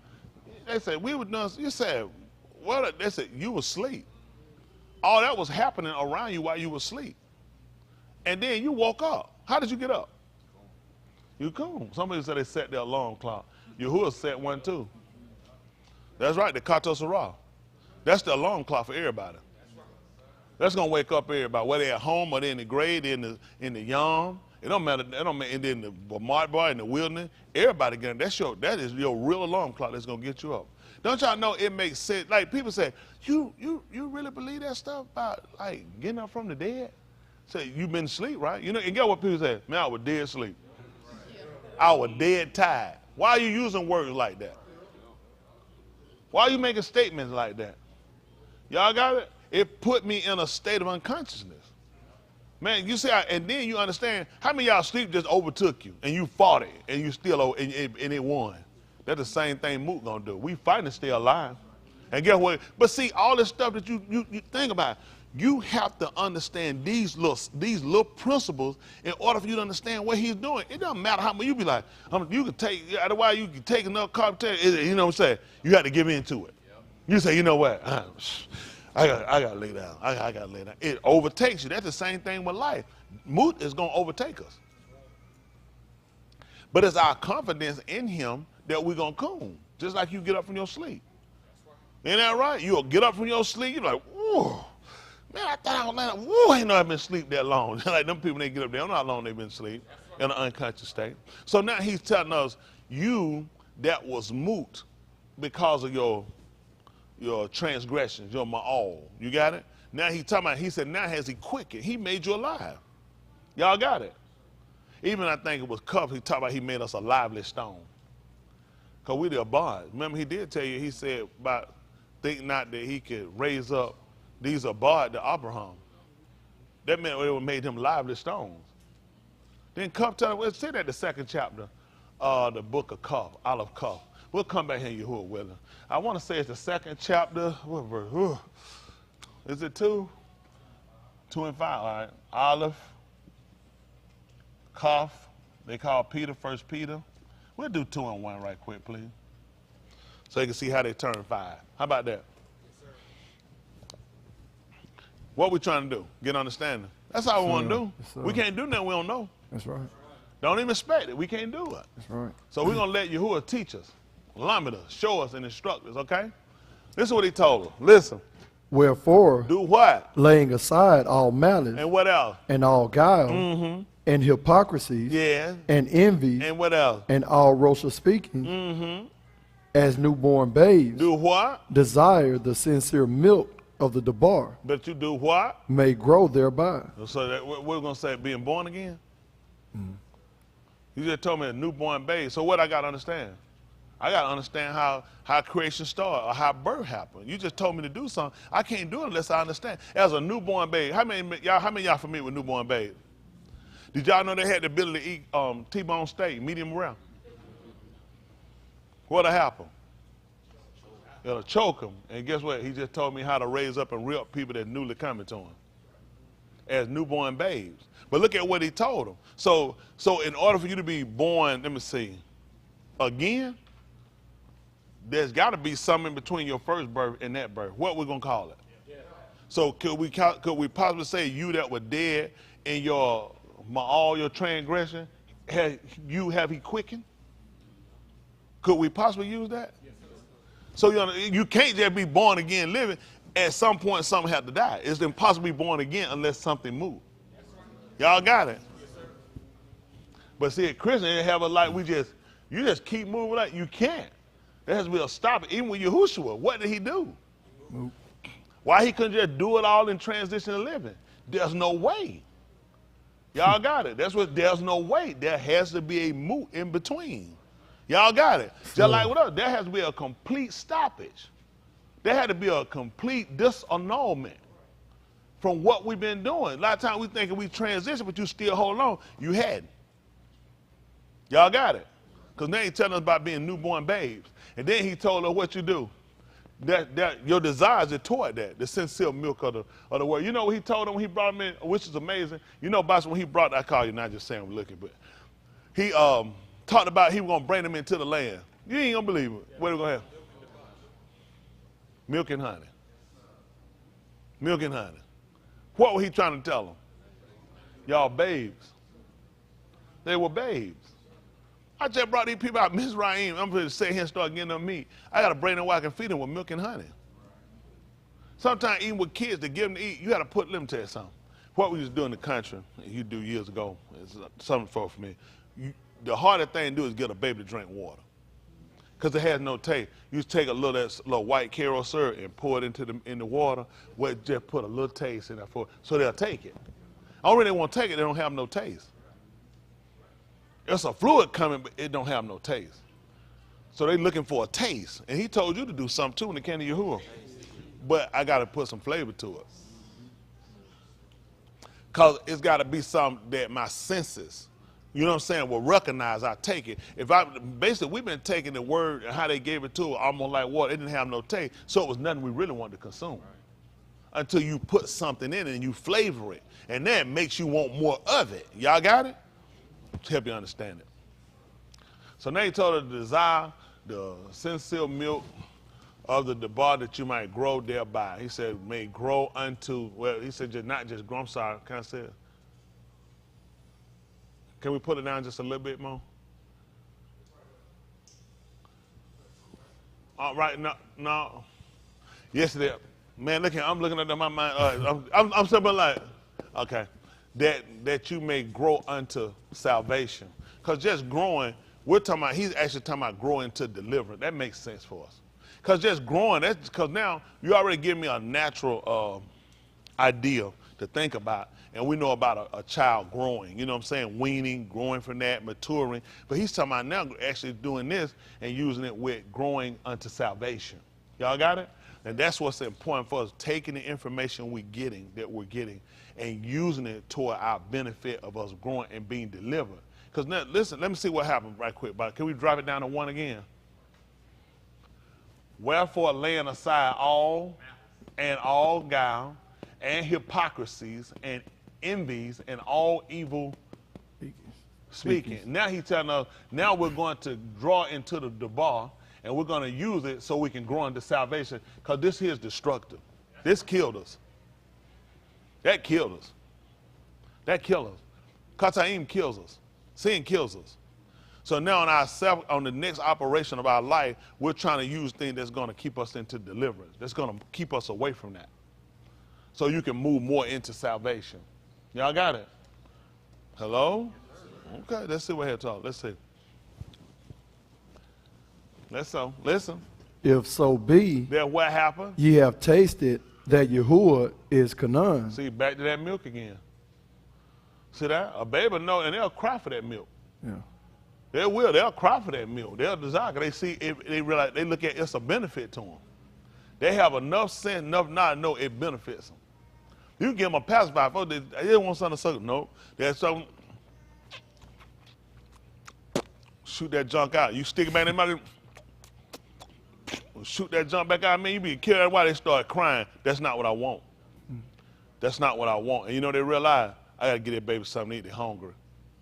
That's the same way you got to learn how to serve Yahuwah. See, Jesus, that stuff won't feed you. Here's no, we got to spit it out. We got to know it won't suffice us. Mm-hmm. Yeah, a baby don't need no college degree to recognize this won't sustain me. This won't keep me. This is not what I have a desire for. Y'all got it? And that's the way we got to be. So we let them pacify us before with a lot of the other different deity religions. And that didn't work. They gave us enough things. Let us start getting the same car, house, live in neighborhood with them. And we realized it won't suffice us. That's right. Okay? Now he done told you, if so be that you have tasted that Yahuwah, and look, they put sweet. I just trying to tell you about putting some flavor in that. So you know what? And that's what you're going to use. And he realized in order for you to grow, then you're going to, in order for you to get it, and it's going to be used for a benefit, you got to be able to see how it benefits you. A lot of us don't, so we start seeing for us to see that it's sweet. Serving Yahuwah, seeing how I prolong your days, see how I heal you. All these are things that let you know it's sweet. You say, sometimes like, man, that's sweet. Y'all say, it works for me. That's working, so it made me desire to want to do more so I can continue getting those attributes from him. You got it? And that's what we're trying to learn. When he's saying, oh, taste to see that Yahuwah is gracious, just see for yourself it's sweet. Y'all got it? But something has to draw you to it. Like he told you, being born again. How many of y'all got to take, how many of y'all in here grown adults? How many of y'all want some milk? Not for us, man, it ain't on our appetite. Unless I'm eating something that requires milk. Mm-hmm. If I'm eating something that you have to use milk to make it. Otherwise, I don't want no milk. That don't even come to my mind about milk. So now, in order to get me to try to draw with milk, to draw me with milk, then you got to put me in a situation. Y'all got it? Like he said, well, being born again. What's going to get me? Because, y'all, look, that's the principle of eating for a baby. Why would he tell me in being born again, don't just take me straight to meat? So meat is what's going to be used to make you strong. That's going to mature you when you get there. He said, no, you only give a person meat when they get responsible enough to handle it. Right now, where you at in your start, you need milk. And to get you to understand it, it's just like a newborn babe. There's no animal that's born, they're going to take it straight out and get, well, except for Nakash, they don't know what's going to eat meat, off the rip. Yeah, they're going to eat meat, them and gators, so don't think about them. Off the rip, they get no milk. There's no titty on a snake. So I suck a snake milk and you suck something else. You shouldn't have been. You suck something else. There ain't no snake got no milk. Ain't that right? Listen, one of the few creatures that come out hunting immediately from birth. They go straight into camouflage to hunting off the rip. And they don't hunt no elephants either. You think about being born coming straight out the rip and knowing exactly what to hunt. They know exactly what they can consume off the rip from an egg. So with doing that, typically with other animals, they say they're live bearers. Live bearers for my kids. Do my young people know what live bearers are? Y'all don't know? Okay, a live bearer is an animal that when it lays its newborn, it doesn't come out of an egg. Chickens have eggs, right? That's not considered a live birth. That's an egg, so it still has to set and hatch. Alligators, those are not live birth. Snakes, not live birth. When you get Ari, what they call a lion, they lay a cub. That's a live birth. Most of y'all didn't know what a live bearer was, did you? That's live bearers. Y'all got it? They come straight into life. They don't come out of no eggshell. Okay? All right, just make sure y'all understand that. So they tell us, taste and see that Yahuwah is sweet. Let's see. 4. Listen. To whom coming as unto a kai a bun. See that? Look at that. We're coming to him as unto a lively stone. Y'all got it? That's what we're coming to. We're coming to him as unto a lively stone. Let's see. Disallowed indeed of Anashim, but chosen of Alahym, and precious. That's what it is. Honorable. Listen. Ye also, as kai a bun, are built up a Ruachni bet and Kudash Kohan to offer up Ruachni Zabak, acceptable to Alahym by Yahushua HaMashiach. That's 2. How many of y'all don't understand this, what you just read? All right, cover hand. Be you also as lively stones or bonds. Ye also as lively stones, because you come into one. You come to one that gives life. Now, typically what you take stones to do, throw, cast, or to build for them. For them, it's to build, okay? They just told you disallowed. That's important because you were told that the stone that was rejected of the builder actually became the head of the corner. The cornerstone is going to pretty much, you're going to look at, that's going to be your strongest point, okay? So now he told you he was disallowed, which means men rejected him. Just like with us, a lot of the people that come to Yahuwah are typically people you've been rejecting on some end or another. That's what he told, disallowed. But he wound up making this be the most key component to what they need. Letting you know the way man see ain't the way Alahym see. Y'all got it? And let us know he was chosen. Just like us, you don't know it. You were chosen for the operation, what you done. Now he telling us as doing so, he told us, or built up a Ruachni bed. We're not talking about a natural, but so you had to know about building off the rip. Because Yahushua, by trade, was a carpenter. Which means he knew how to build. Oh, that was important. You can't just sit there, man. That man was talking about building. Listen, they showed this man in the 24-1, Matthew. He not working outside a skill set. He working to what you know. Don't you know he knows that how you think? So he has to work to what you know. Listen. And Yahushua went out and departed from the Mashikhan. Yes. And his Talmudim came to him for to shew him the buildings of the Mashikhan. They want to show him all of the building of it. Listen. And Yahushua said unto them, do what? See ye not all these things? What happened? Aman, I say unto you, what happened? There shall not be left here one upon another, that shall not be thrown down. They're going to die. He's going to take all of them down. You saw the Mashikhan? You saw the building of it? He said not one of them that's going to be not going to be thrown down. It's going to be destroyed. Him being a carpenter by trade, the men, I told y'all, typically the son went into the same occupation as the father. Mm-hmm. His father just happened to be a carpenter. Think about it. Daud was told that his men was going to build Yahushua house. So what was going to be skilled in? Carpentry. That's right. So he could already look at that foundation, saw what was set before he started to build, and realize it's coming down. Now, what they look at the architecture or the physical building, he look at the people you put in position. They're not going to be able to hold. They're not going to be able to stand the test. They're coming down. He looked at, I can put it back. Even it came down his own body. The book told you about you building up a spirit, a Ruachni Beth. He told them in the 2nd chapter of the book of Yuchanan that they could destroy this Mashkan. He said, I could build it back in 3 Yamim. And their whole argument was, this thing was 40-some years in run that we put this thing back. And you say he going to build it back in 3 Yamim? He said, I was talking about my body. Yep. He said, I'm talking about my body. But looking at this, I know what I can do. I know how a spiritual Beth of Ruachni Beth should be built down here. See, when they did it, and the whole purpose of what he had us to do in the old, what we call the Old Testament, I call the Rosh Berit, which is the first covenant. He actually gave them in building it. If it were constructed and all the behaviors met the criteria, he will come in. He will fill the bed.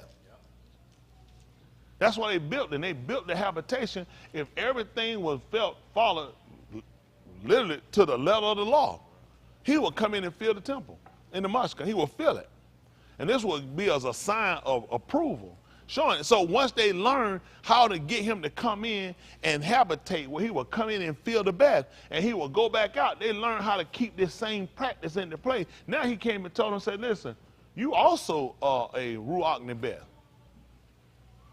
Which means, what should be your goal? Get the house filled. Got it?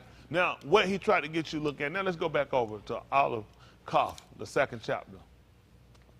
Now, what you need to do in order to get this, because there was only certain people that was able to orchestrate this practice, the Kohanim. And see, in talking, what's important for you to realize, none of these practices never change. Because now he's talking about building it. Now he's telling you about the Kohanim, what they would call the priesthood.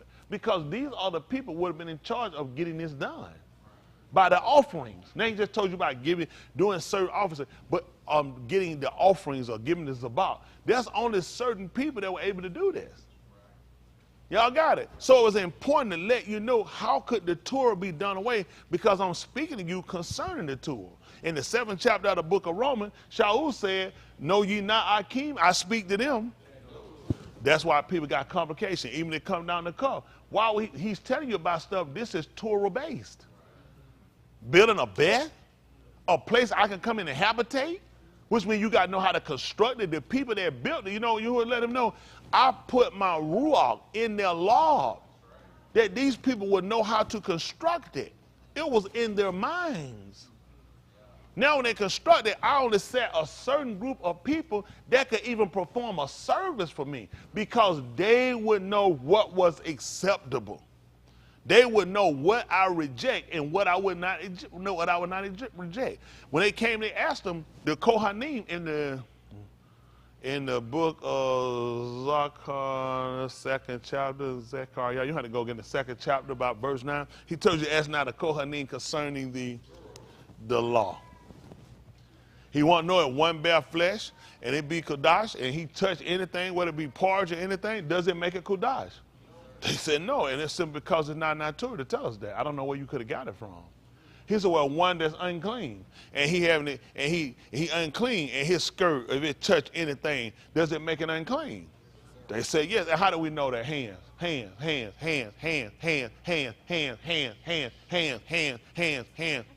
I guess I'm just talking. Here we go to the right answer right here. Go ahead, Dwight.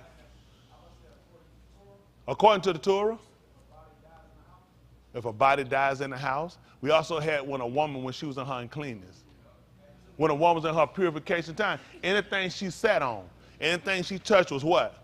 Unclean. So that what he's saying too is a way when a dead body dies in a bed, whoever first walked into the place, because the ruach just left from the body.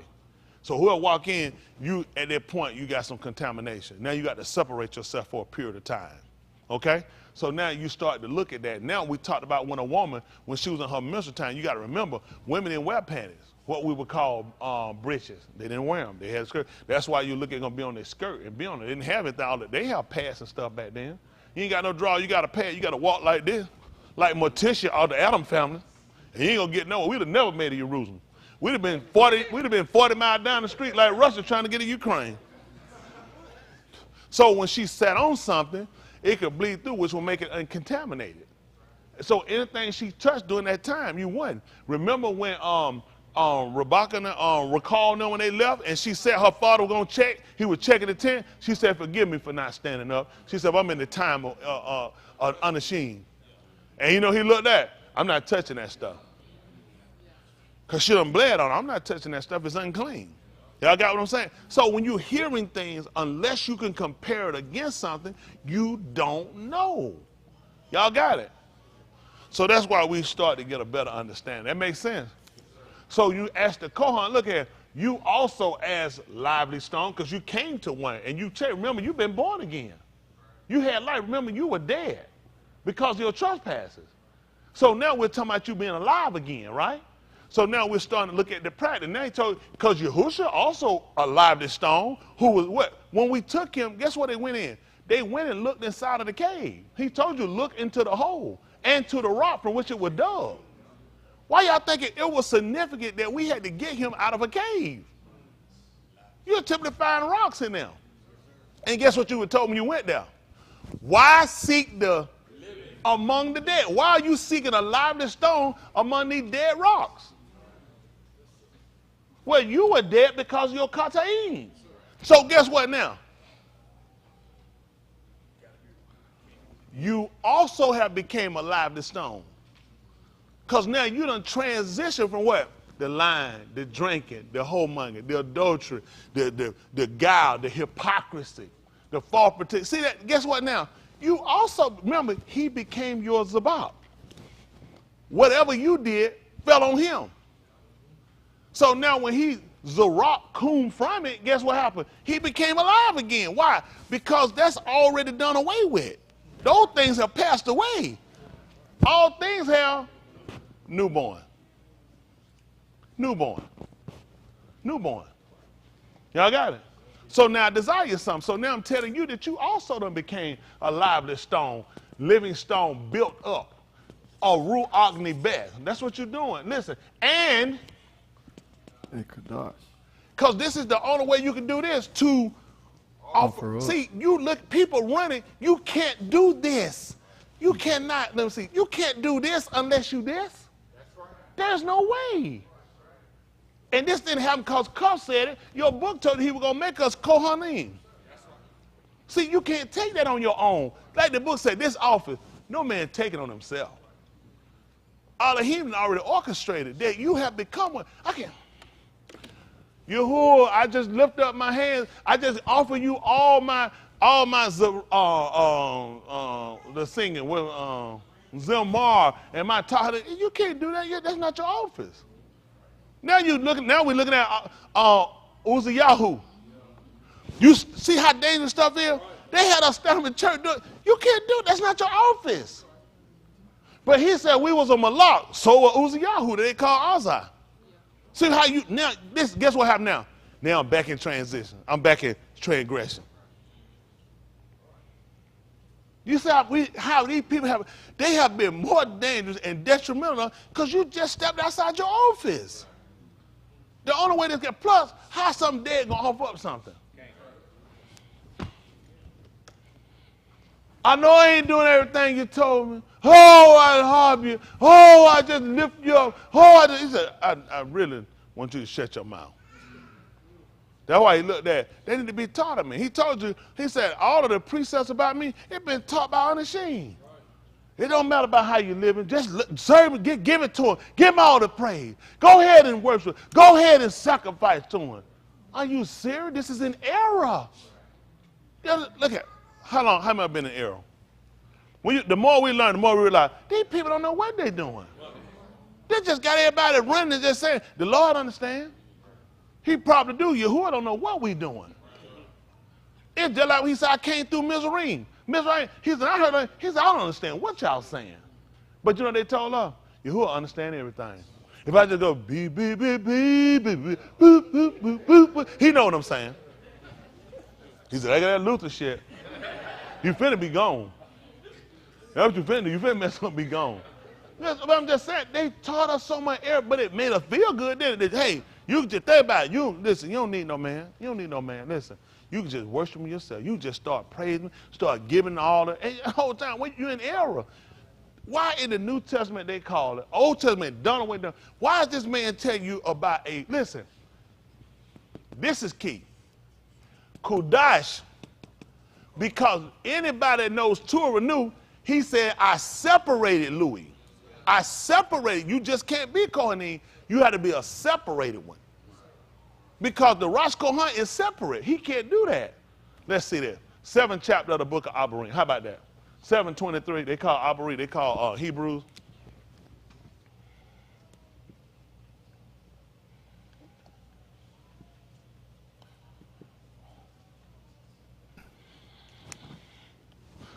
Beep, beep, beep, beep, beep, beep.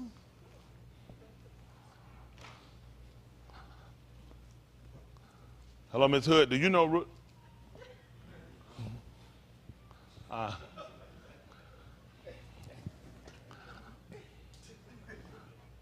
right, this is ABBA. They call Hebrews 7:23. Listen. And they were many Kohanim, because they were not suffered to continue by reason of moot. See that? See that why they couldn't stop? Death overtook them. It didn't matter if they wanted to keep going. Death overtook them. They couldn't help it. Listen. But this Ish, because he continued with Alahym, see that? What happened? hath an unchangeable Kohan. So let me ask you a question. This is why folk messed up. For you to say that he came on the scene and he is going to be an error because this man died. He did not take on that office until after his moot. Because after this point, he had reached Alam Kai, which would have made him, after the order Mel, Sadiq. Mm-hmm. Y'all got it? Yes, Malak of righteousness. Y'all got it? Mm-hmm. The reason why we couldn't do it, because we weren't right. Mm. So we're getting the information to teach us how to be Sadiq, be right. You got it? But this man took on his office after. He didn't take it on before because he moot. He only took on Mel Sadiq after he moot, because at this point, you can continue to operate this without end. Okay? Let's see what happens. Listen. Wherefore, he is able also to yasher them to the uttermost that come unto Alahym by him, seeing he Alam Kai to make intercession for them. See that? And his end, well, think about this. The Kohanim before him, if you did a kata, sin, if you did them all a transgression, if you came to the Kohan or the Kohanim, well, let's say the Kohan, not the Kohanim, the Kohan, Rosh Kohan, the chief, what they call chief priest. When you came to him, he will offer the sacrifice that actually will save you. Because only you were coming to do this because your life was on the line. So that person will be offering something for you that was intent, that was a knowledge of realize that saved you. If this was you were offering and it was according to the Torah, this was to save your life. You understand that? So the Kohan saved them. Y'all, I need y'all to understand that. You did this in order to save you so you would be accepted. Your son, your daughter, if you had one born, you had to wait a period of time and you had to offer sacrifice that was according to the Zabbat, according to the Torah. So I would accept them. And when Yahushua came, they had to offer for him. That's why Simeon seen him when they brought him in the Mashkan after the days of her purification, when she brought him in. That's when he seen him. And he said he had seen Yahuwah Mashiach. He was ready to move after that. I seen it. But all these had to be done so you could be accepted. Y'all got it? Now he told you about, he beseech you to present your bodies a living sacrifice, kudash, acceptable unto. See that? That's what they're doing. So I would accept them. Your sons and your daughters had to be accepted. I don't know what these people think about. They got to be accepted. There had to be an offering made for them. Okay? Let's see this. All right. Let's say, wherefore he is able to save them to the uttermost, listen. That come unto Alahym. Hold on for a minute, Lee. Able to save them alone. Uttermost beyond what they were doing, above what they were doing. See, everything that the Kohanim them were doing, or the Rosh Kohan, the chief priest that they call it was temporary. That wasn't going to cover you except for now. If you do something else, you got to bring me something else. You just lost. You just got outside of. We were looking for somebody that was going to come and save us forever. That's why he told them, sacrifice and offering for sin thou would have not, neither did you have any pleasure, which were offered by the Torah. Then said I, lo, I come, and I'll complete the book. I'll be the completion of it. And you know why? Because it's written to me to do his will. That's what he said. So I take away what was it again? The first, even with Adam. Because he was known as the son of Alahym. Then Yahushua jumped on the scene. He told you he was the son of Alahym. So I take away the first. Because seeing he liveth forever. By the which will, you ain't going to believe it. You could die. When? Once for all. That's what kind of Kohanim hood he had. That they'll call priesthood. When I do it, you save forever. Everybody don't just save you for that situation. If another one comes, you're going to be in trouble. Y'all got it? All right. So I want y'all understand that? So we understand the benefit of him. That's why he was able to tell her, and we said before, come unto me, all you that burden. You don't think it was a burden going looking for that stuff and bringing it, catching it, trying to draw it back there and stand in that line and wait for it to be killed and be given and offered up? Then you couldn't just grab one. You got to check it. What we'll say, examine yourself. You would hate to get up there and stand in that line and get up there and find out that you're going to get shot down because it got a curvy spine. So I'm going to need to check it, rub down the back, make sure that spine all right. Make sure ain't no one of the leg got that draw. When I touch it, start that, not something wrong with that leg. Don't even do it. You know, they have no sense to do that, but they have no sense to check themselves. Then he came back and told her, no man that had a flat nose, no man that was a dwarf, all of. So you start to guess it. He moved us from examining animals to examine ourselves. So when Shaul said, Shaul said, let a man examine himself, and so let him eat of that bread, that lacom. And then he also in the 13th chapter, 2 Corinthians, told us that let's examine ourselves to see what we're in the Amun now. Or let's see if we measure up to the Torah. Huh? Do it yourself. Who was checking your stuff? You checked it before you brought it to him. So when you brought it, there was some defect in it. You should have checked it before you brought it. Which means people had to have some knowledge then. All the knowledge just went on the Kohanim. His job was the offering. He'll check it again behind you, but you're supposed to just kind of like I said. Now, when I check it, I know it got a little spot in there, got a little something in it. I'm going to just take it, see if I can sneak about him. Now you understand when the book told her that if our Lord condemn her, he going to check it after us. Hello? He told you if your Lord condemned it, Alahym was greater. So if you found a defect in it, what you think will happen when you get it to him?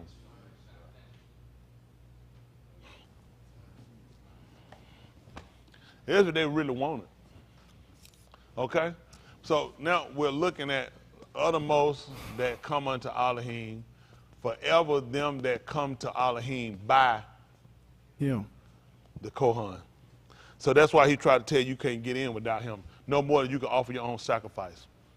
Because think about it, Conor. I mean, why I need him? I know people, I know I had an Ishmael, he always called him the Father. He don't really, he said the Son. He said, but it's the Father.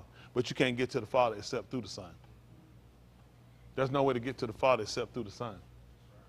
It's impossible. No more than you can offer your own sacrifice. You had to understand all those premises he gave you so you recognize the importance of the Son. You could not just let anybody offer your offering. You had to come to the Rosh Kohan. You cannot get to the Abba except by him. He said that he saved them to the uttermost that come to Alahym. We got to come to him. Anything you want to get to Alahym, and you want Alahym to recognize if you were going to bring, you're going to have to give it to the Rosh Kohan. He's got to go and present it for you. What people who are knowledgeable of the Torah understands his importance. The problem with people don't really understand Yahushua's importance. He just, whoever he said, this man is so wise. He understood all these matters. So all this other stuff he set up with the Rosh Kohan, really, you wouldn't need them. You really don't need them. But he set up a way to let you know, this is the only way you can get to me. You got it? All these things he set up, he didn't need them to do it. But he set these things up the long way so you understood the principle. So when I set him up and I told you he is in this capacity, he is in that capacity, he sets in this capacity, and he's also this capacity. Now you understand, I understand the importance, and I have knowledge of all these capacities. So I understand how essential he is. When something is essential, it's promoting something. Hello? It promotes something. You know, like when you go to school, we come on now, they say, they say you got promoted. Y'all remember that? That means you moved up. He's essential. He promotes something. You trying to go all the way to Shamayim. Then you trying to move up, right? He's essential. Y'all understand that? He promotes something. See, if y'all don't understand that, then you're going to have a problem because you don't understand his significance. He really looks like somebody in the way. If you're not taught that properly, really, he's just somebody in the way. And he's really not. He's actually everything. Everything that you know of an importance in dealing with him, you're going to know about him. Alahym couldn't even be a father without the Son. He couldn't do it. That's how important he is. When he came and told her he was a father, he had to produce a son. Then he told us that he was our father. But let's just be practical. How many of y'all been to Shamayim? How many of y'all remember when you were laying up in the cloud in Shamayim and you was a little baby and Yahuwah used to walk by, tilka, nigga. Tilka, let me see your toes. Then you thundering like, here, the voice of many waters. I mean, I'm saying it him way, but I'm just telling you, how many of y'all remember that? How many of y'all here to pick y'all up when the Spirit used to pick y'all up and tote y'all around Shamayim and get you down? So think about this. How did we really understand him being our father? You can tell yourself a whole lot of stuff. You don't understand it. So it was important that he got a son and he can show what attachment. That's like Lil Austin, AJ, Deuce. They couldn't really understand their connection to me because I didn't have sex with their mother. You know how I begot them? Through my sons. Guess what you understood? He begot us through his sons. Everybody else say, well, how is that my daddy and you? How? I got them through my sons. Y'all see how it makes sense? That's why it makes sense for Yahushua to be essential to you. He's the son that got you to the Father, connected you to the Father. That makes sense? Yes, sir. I don't know. All y'all, are y'all confused? Yes, That's the only way to be connected. Think about it. How could they be my sons when I wasn't with their mothers? So we got to look at this. How was Alahym your father? He stuck with your mother? He begot you through his son. Y'all understand that? And then, folks, they confused. How hard was it to understand what I just told y'all about Austin and Brian? See, but when we wrestling in our mind, when we're fighting and we're trying to get out and we're using our logic, you'll mess up every time. Every time you'll mess. So the son not important. If they didn't come through by Austin and Bryce, you ain't gonna believe it. They'll have no relation with me. It couldn't be. Only way they could be mine is through the son. There's no way. My mule done.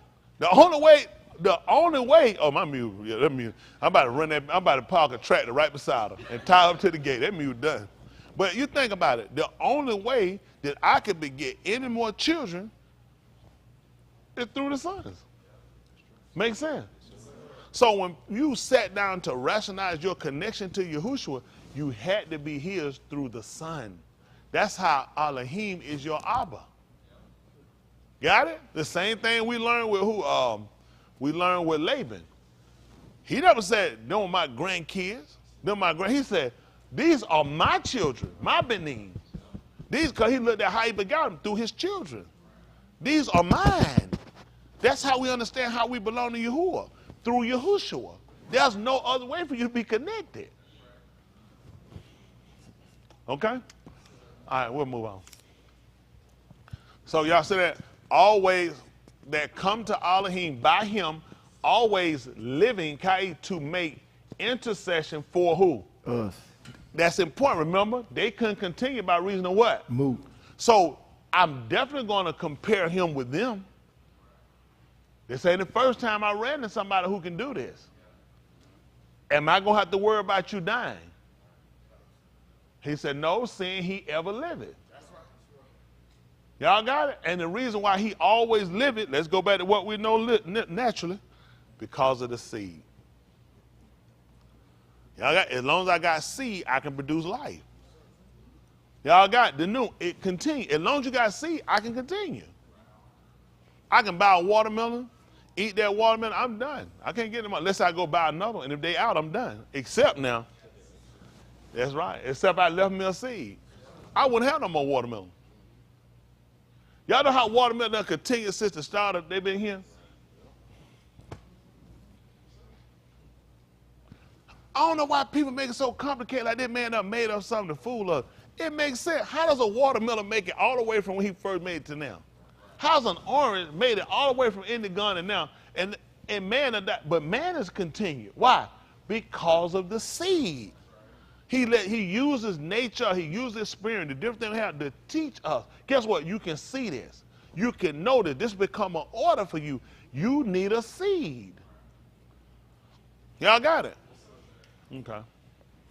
So that's what they do. He made intercession for us. That's what the Kohan was doing. Now, important for this, that intercession, can we look up the word intercession or intercessor? Probably intercession. Intercessor, going to break it down to the one singular. I usually don't spell office. I don't use to spell intercessor G-I, but I mean, they got that new math, new English. There's a different way you can do it now.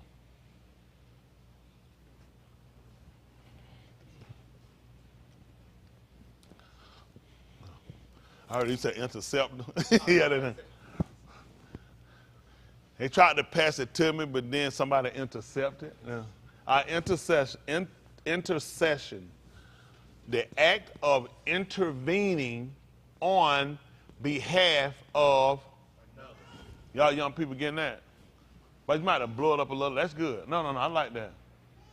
Okay, intercession is good. This is what Yahushua is known for. He's an intercessor, but he made intercessions for us. The act of intervening on behalf of, y'all understand that? How many young people don't understand that? How many of my people don't understand that? Young people, old people, regular people, no people, dead people, living people. Don't understand that, how that works. Okay.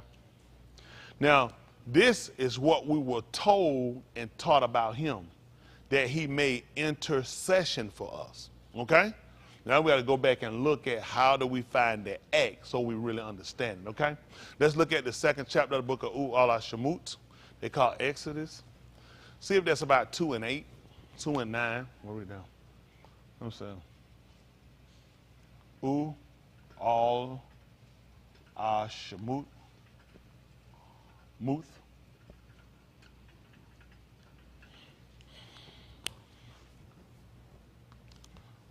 Okay.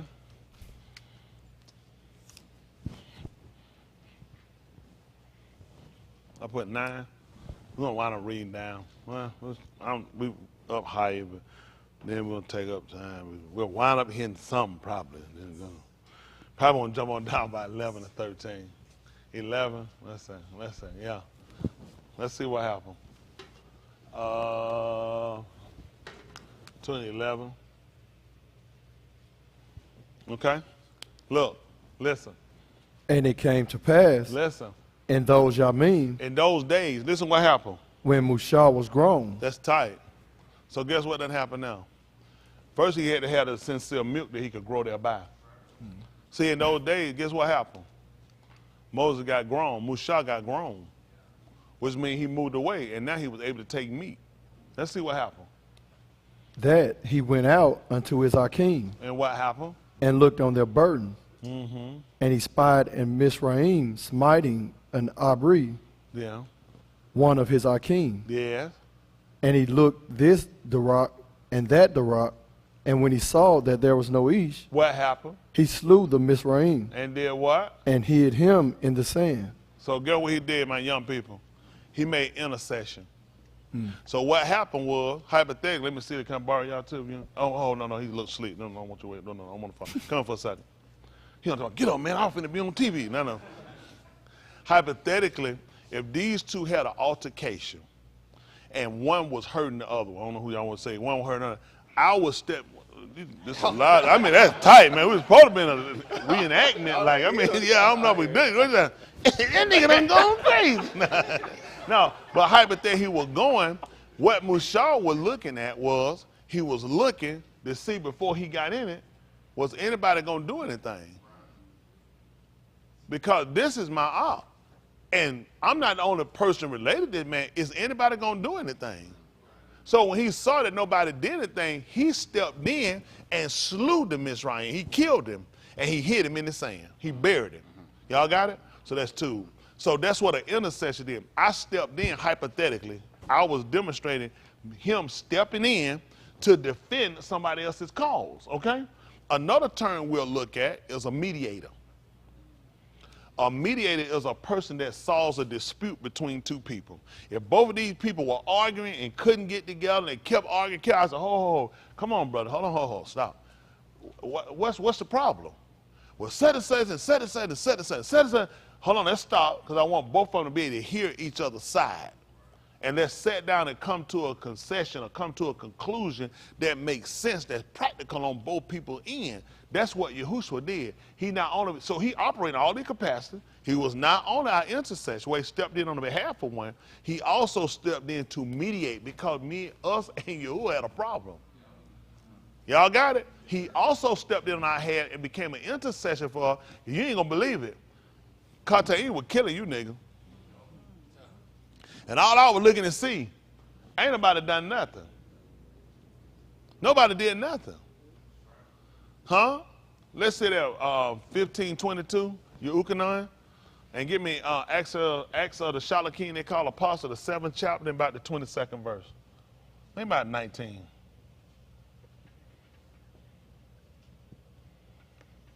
23.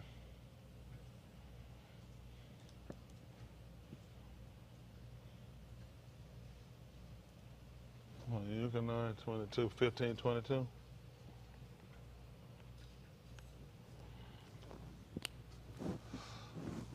All right, let's see. 1522.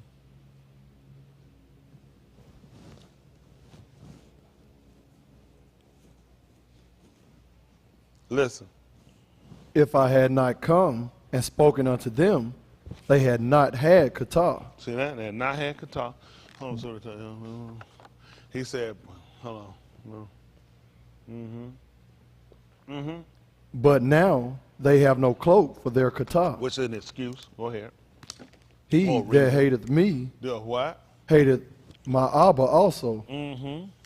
If I had not done among them The what? the works With which who? none other each did, What happened? they had not had kata. Yeah. But now have they both seen and hated both me and my Abba. That's what he just said. He said, had I not done it, so that this would have came into, if I had not done among them the works that no other each had done, because he was sitting looking. I tried to give somebody else a chance to do it. I wasn't going to step in. I was going to see how long we're going to go on. But since nobody did it, he said, so I stepped in. And now he came back to tell you now, they would not have had kata. But now they have both seen and hated both me and my Abba. That's important. Because you know who this about too? Musha. Later on, he also called us arguing and fighting. So pick me up right quick. Say that the 7th chapter. Acts of the Alahym, 7 about 19. So,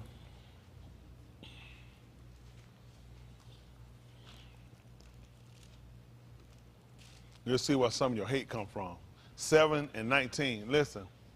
the same dealt subtly with our kindred, and Rosha entreated our Abba, so that they cast out their young Benin to the end they might not cae. See that? They cast them out. They were killing them. At birth, when they come out, they were killing them. And he told us so they might not live. To the end that they might not live. Okay? Listen. In which time Musha was born, and was exceeding fair, and nourished up in his Abba bed 3 yarik. It said here he was acceptable to Alahym, who was nourished 3 yamim in his Abba's bath. Okay? Okay. And when he was cast out, Pharaoh Bat took him up and nourished him for her own being. See that? Somebody else took him in and raised him up for his own being, raised up for our own son. Y'all see that? Go ahead. And Musha was lamed in all the wisdom of the Mizraim. See that? He was shown, taught, instructed in all the knowledge of the wisdom of the Mizraim. And was mighty in Dabarim and in deeds. And in his works. Come on. And when he was full 40 shanim old, What happened? it came into his law To to do visit what? his Akim, the Benim of Yasharal. And what happened? And seeing one of them suffer wrong, he defended him, And then what? and avenged him that was oppressed, and smote the Mizraim. See that? He was an intercessor. He made intercession. He came in on the behalf of. Okay? Listen. For he supposed his Akim would have understood how that Alahym by his hand would deliver them. Or save them. But, They understood not. so let's see what happened. And the next Yom he shewed himself unto them as they strove, and would have set them at one again, saying, Sirs, ye are Akim, why do ye wrong one to another? So right now he was being a mediator. He was trying to help. See how he moved from intercession to mediator. I'm trying to mediate to try to see why would two Akim, why would two Aku, why would any of y'all be fighting each other? He said this don't make sense. Y'all Akim, Aku, right? So listen. But he that did his Raya wrong Did what? thrust him away, Thrust him away. saying, Who made thee a Shar and a Shaphat over us? What happened? Wilt thou kill me, as thou didst the Mizraim yesterday? See that? That's what they looked at. They started trying to find fault to try to criticize him. And that's what he looked at with the people. So you know what they happened at that point? They rejected Musha. They rejected him. That's the same thing happened to Yahushua. Yeah. The stone that was disallowed of the builder wound up becoming the head. He wound up being the one who had to bring us out. And Alahym had appointed him to that position to come in, to be an intercessor and to be a mediator for it, and to be a shafit, because he had to sit down and he did judgment to us. So he told you when you search the scripture, the Kitabim, in them you think you have Alam Kai. He said they talking about me, but you will not. What was that again? See that? And these folk use this to reject coming to Musha. that you might be, because he was set to be a deliverer, a savior. They weren't coming to him. They were not coming. That's the same way they rejected Yahushua.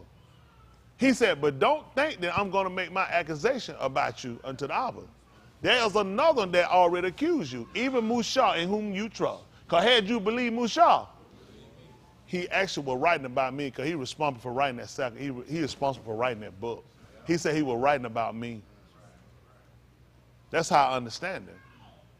That he operated in all those capacities as an intercessor on behalf of, as a mediator to dissolve the dispute between two parties, and also to be a shafet, the judgment. So when Yahushua came on the scene, everybody understood, this is Mushah. This is who Mushah wrote about. Now Mushah came in, I'm sorry, they'd have never called him Mushah. This was who Mushah wrote about, because he told them that a Nabah, Yahuwah was going to raise up like unto me, similar. Him ye shall, and they going to be whoever don't shama him, he going to just get you out the face of the rocks. Makes sense, he going to establish Malkut him. You ain't going to be on the face, you're going to be up on the bottom of it. So it all makes sense when you come back to read and understand about him. Y'all okay? Yes, sir.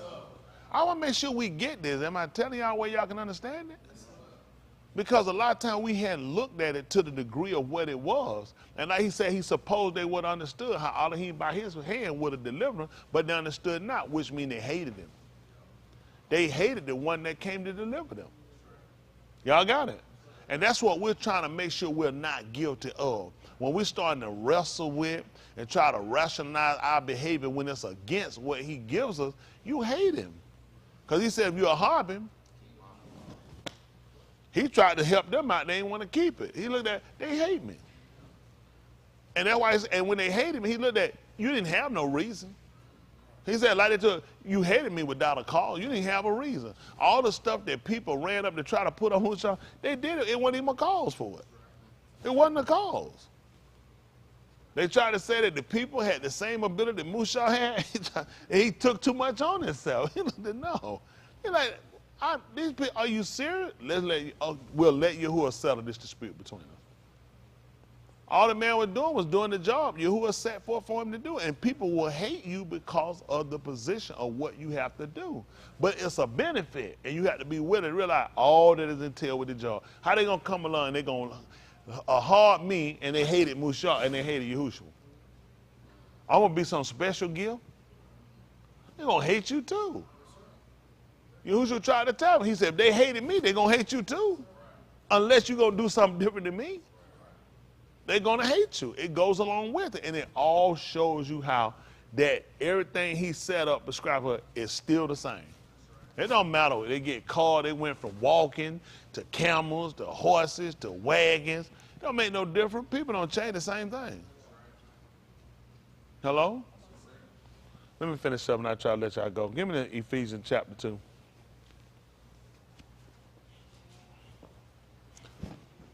We left off on that 2 and 1. All right, this is Ephesians chapter 2, verse 1. Listen. And you hath he quickened, who were mute in trespasses and kataim. But see, there again, if you don't understand this transition, then you're not going to understand what he's doing or what he's done.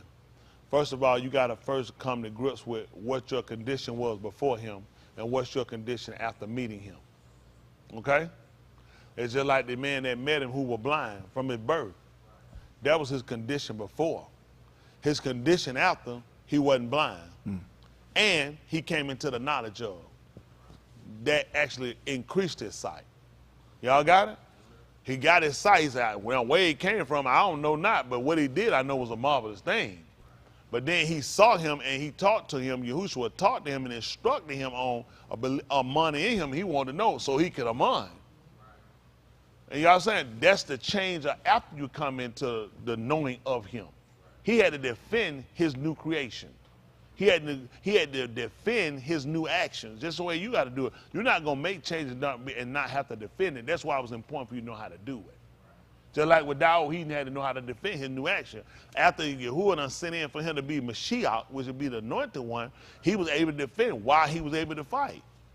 He was able to defend his rationale for his vigor, for his willingness, for his heart for Yahuwah. And that's the way you got to do it. Even with Shaul. Shaul had to constantly defend and get him the story over again about how he came into his knowledge. Because everybody want to hold on him his past.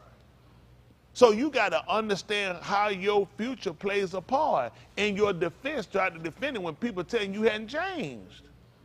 In my eyes, the way I always see you, you can't let people define you.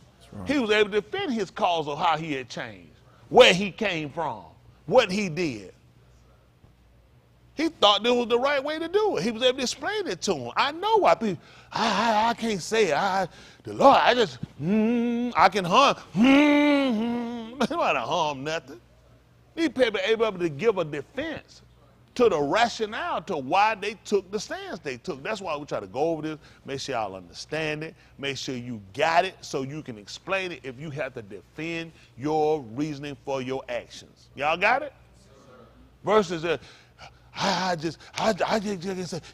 just gotta know that you know you got it. Where's that written at? You need to be able, the book says you're supposed to get every each a reasonable answer to the hope that to which you call that's in you. Now how that work when you can't explain it?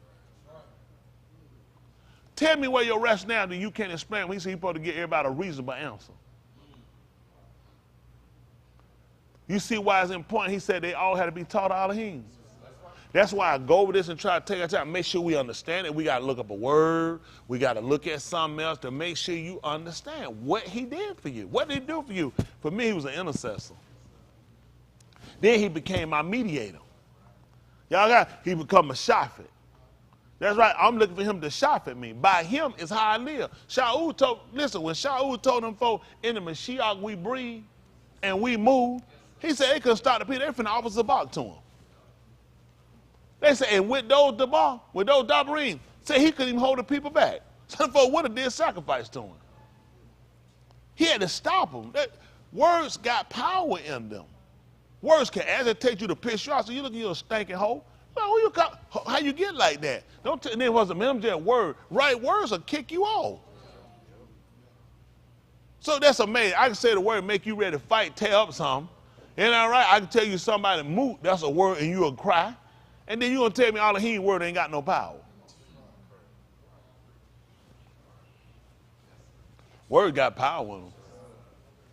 Good news will do something to your law. Words. Y'all see that? That's the same thing. That's why if you look what they call the gospel, they call it good news. You say, great, that's some good news.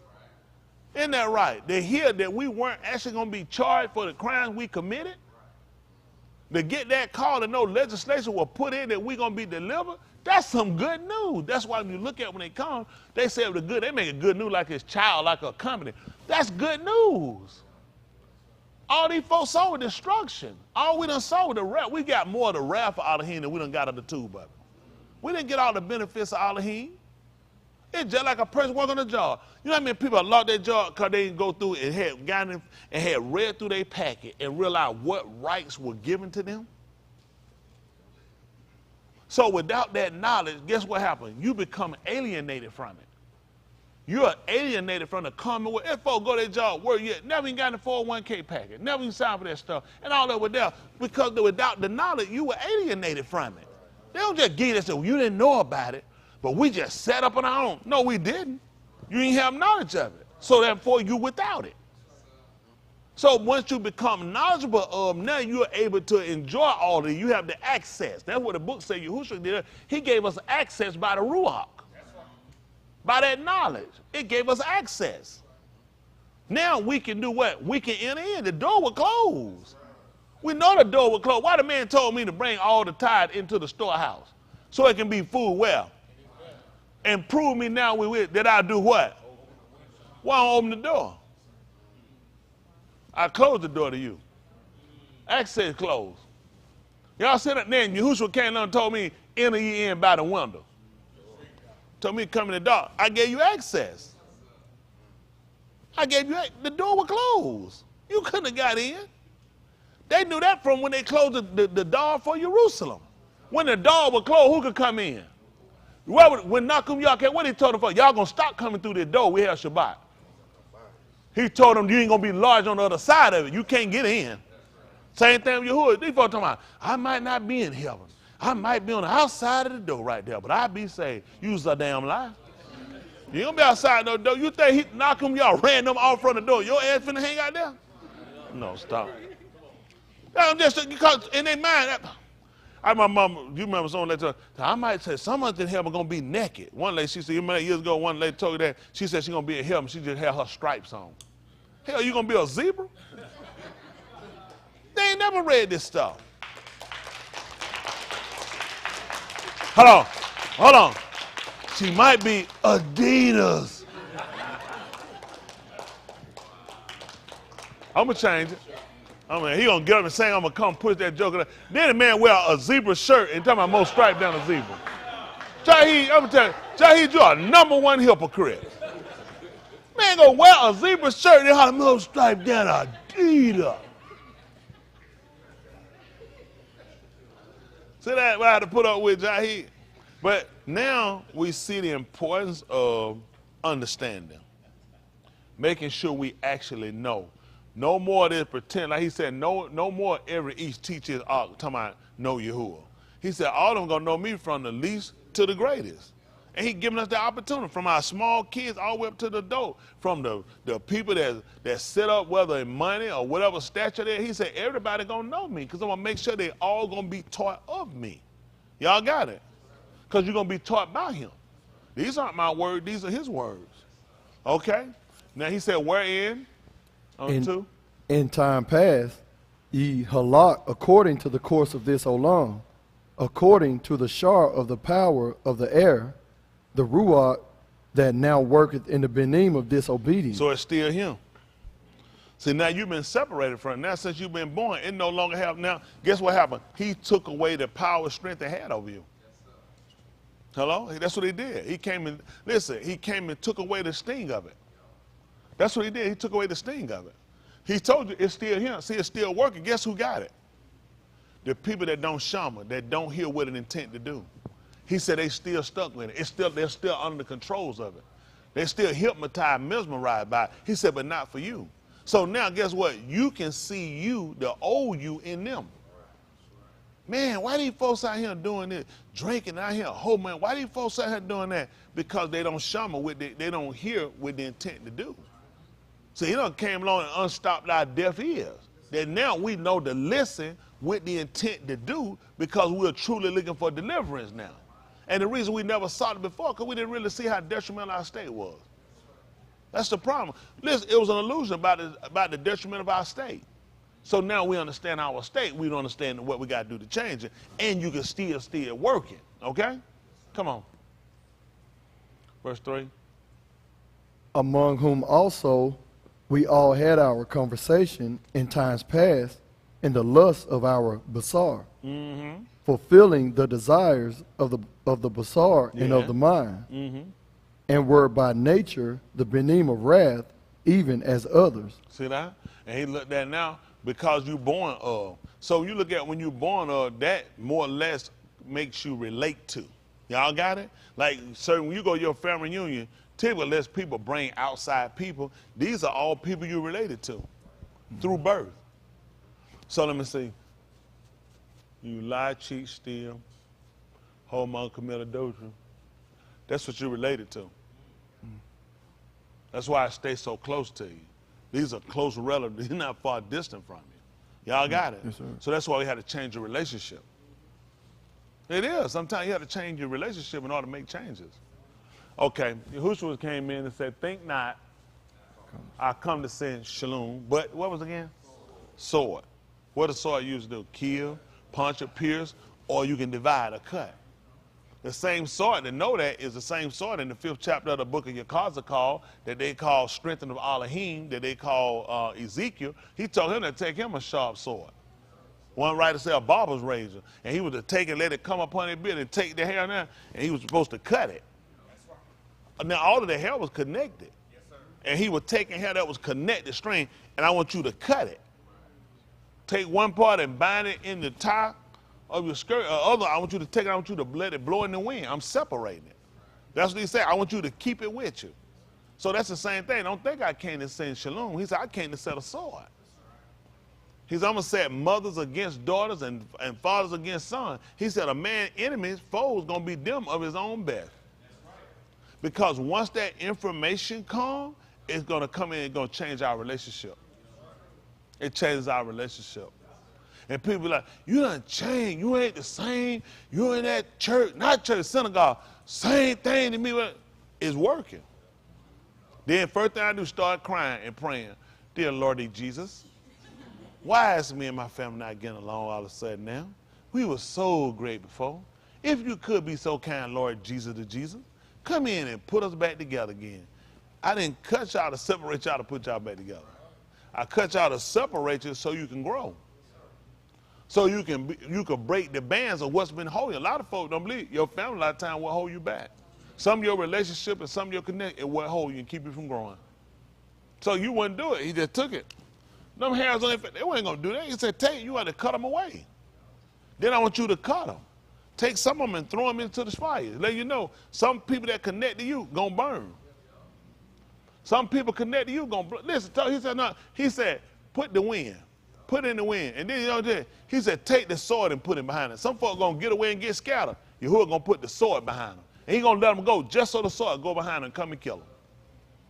Then he took something, he said, I want you to take it, bind it right there in your tie. Y'all got it? I want you to keep it right there in your tie. Keep it right there with you. Some lady took some of those and destroyed them. He let them know, I chose them to this. See, now he come back and he used that sword. For me, he used the sword to come after me. That's why I'm him. I'm running for my life. I'm telling you, I'm running for my life. And you know what? The city of refuge, it wasn't intended for me. It was for people who had done stuff and that wasn't in their law. All the stuff I did was in my law. I was ignorant to some things. It was in my law to do it. And the fact that he saw fit to let me get in the setting, I'm grateful. I'm grateful. I'm so grateful. I won't sit here and tell no lie. Oh, when I was out there, I didn't know I was in the innocent. No, I wasn't. I was in the rotten part of my life. I was hurt and I was going to hurt other people. That's how you do. People that hurt people, they hurt. People don't know that. They hurt. You don't hurt people when you're feeling good about yourself. You hurt them because you don't feel good about yourself. You don't like your situation. You want other people's situation to be like your situation. You want to see other people suffer. Don't ever believe that. There's nobody out there crazy that hurt nobody. They're only doing it for one reason. It's because they hurt. That's the only reason you do it. If you got it and people doing well, there's no reason to do it. It's absolutely no reason. Why? No benefit. The benefit to them is the fulfillment of my life was a shamble. I want your life a shamble. Somebody lied and messed me over. I want somebody to lie and mess you over. Somebody hurt me. I want you hurt too. See that? Until we can get people to realize you play a part in your hurt. Yes, people manipulate you on some things. You play a major part to a lot of your hurt. People ain't nobody messed me over worse than I messed me over. Nobody. I'll be telling you a lie. Nobody did me more of a disservice than me. Until you come to grips with yourself with that, you ain't going to ever get yourself right. Oh, it's a fire of blame. Oh. But I got to start with Tony Smith. Tony Smith did Tony Smith the worst hurt. I did me the most work, most hurt, most damage. Because if you go back up and consider, it's decisions you make. Oh, there's a lot of far away blaming other people. Why I'm late, why I did it, why I did that. A whole lot of things go right back into it. If you look yourself back over, you play a major part to a lot of things you got yourself into. And it's easy to play the victim after. Oh, yeah, it's easy to play the victim. We kind of like Susan Smith. Got out there and drowned her own kid, and then you jump up and realize you screwed up. A black man did it. I didn't use that for the racism. I used it for it's easy to blame other people for things you've done. Oh, my boyfriend, then you get caught. My new boyfriend, he said he don't want no kids. That's what it is. That's what it is. It's you. It's you. You look for a reason to duck, get out of your responsibility, versus you coming to grips with what you have and what you have to do, and looking at how things play a part of your salvation. And even with salvation, I wouldn't offer salvation to anybody today. First, get to the grill. Let's look at you. I mean, when I tell you this, not get ready to let y'all go. Salvation, it don't fit everybody. It really don't. Because you might not see yourself in that state. I could tell you about it. I could teach you about it. I've been with you. It really don't fit everybody. I would never go tell everybody here it fit them. I'll be telling you a lie. It don't fit everybody. It depends on where you at, how you see yourself. Some people, pretty good people. I don't know how you can be pretty good people, because he told me it's impossible. Either you tube or you Rosha. You can make guitar, Katayin, you Rosha. I don't care what good works you do. You're a bad person. And until you come to grips with that, you ain't going to ever change. You know what they'll say? I ask someone, I'm striving. I know you're not a good person. I said I was striving. I know what you said. I told you you're not a good person. See, until you can get it plain and realize where you at, as long as you can feel like you good, even though you're not where you need to be, why would you try to do any better? Your progress is going to be slow. I'm not like some child molester. So now people say, that's true, in a child molester. Ain't like I'm some homosexual. I'm just a liar. Oh, so you are homosexual. You are a child molester. Because Yahuwah ain't going to sit up and say, let me get Tony Smith the little liar. Oh, no, but that damn child molester. His ass is mine. He looking at, I can't differentiate. I really can't tell the difference. Hold on for a minute. Ain't no faggot. The man said, I can't differentiate. All I know, you commit guitar. You know what our problem is? We have levels of sin. We do. I'm guilty. We have levels. A bank robber ain't the same. Hold on. A bank robber the same as a child molester? Come on, that physical is just not. Let's just be. It is not the same thing. The man saying, I don't see the difference. How do y'all do that? Why do you think you don't make the change? Because you don't see yourself the same way he see us. He's telling you, I don't see the same. I know one thing, though. I ain't going to die no faggot. He said, if you die anything wrong, that's a faggot. That's a child molester. That's a raper. That's all of it the same to him. And see, until somebody actually makes that clear to us, that's why we don't change. Because we not like bad people. You know what I'm saying? We got some stuff we do wrong. The man said, how do you see this? Because I don't see it that way.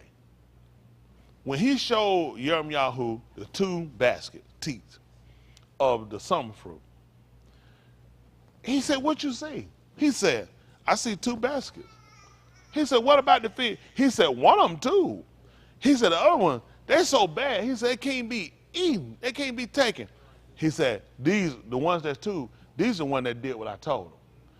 These figs over here, they so bad. These are the people that didn't do what I told them. Now, I'm sure if you went through them figs and them people, some of them people had different degrees of where they was at. And we could have either saw it and looked and said, really, this one could go over here.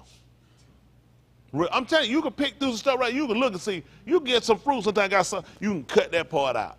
You understand some stuff where you can cut it out, and that's what we'll do. Yahuwah said, I can't cut it out. I got to get rid of it. He said, once it's in there, I can't do nothing with it. I couldn't even. It's just too bad. Ain't nothing I can do with it. Now, if you ask each one of them figs could explain why they was in that condition, though. Some of them tell you, if I could kindly speak and just say for myself, I know I might, this looks bad right now with me being inside this tea in this bucket, this basket, but my situation a little different than the rest of it. He's trying to, oh yeah, really?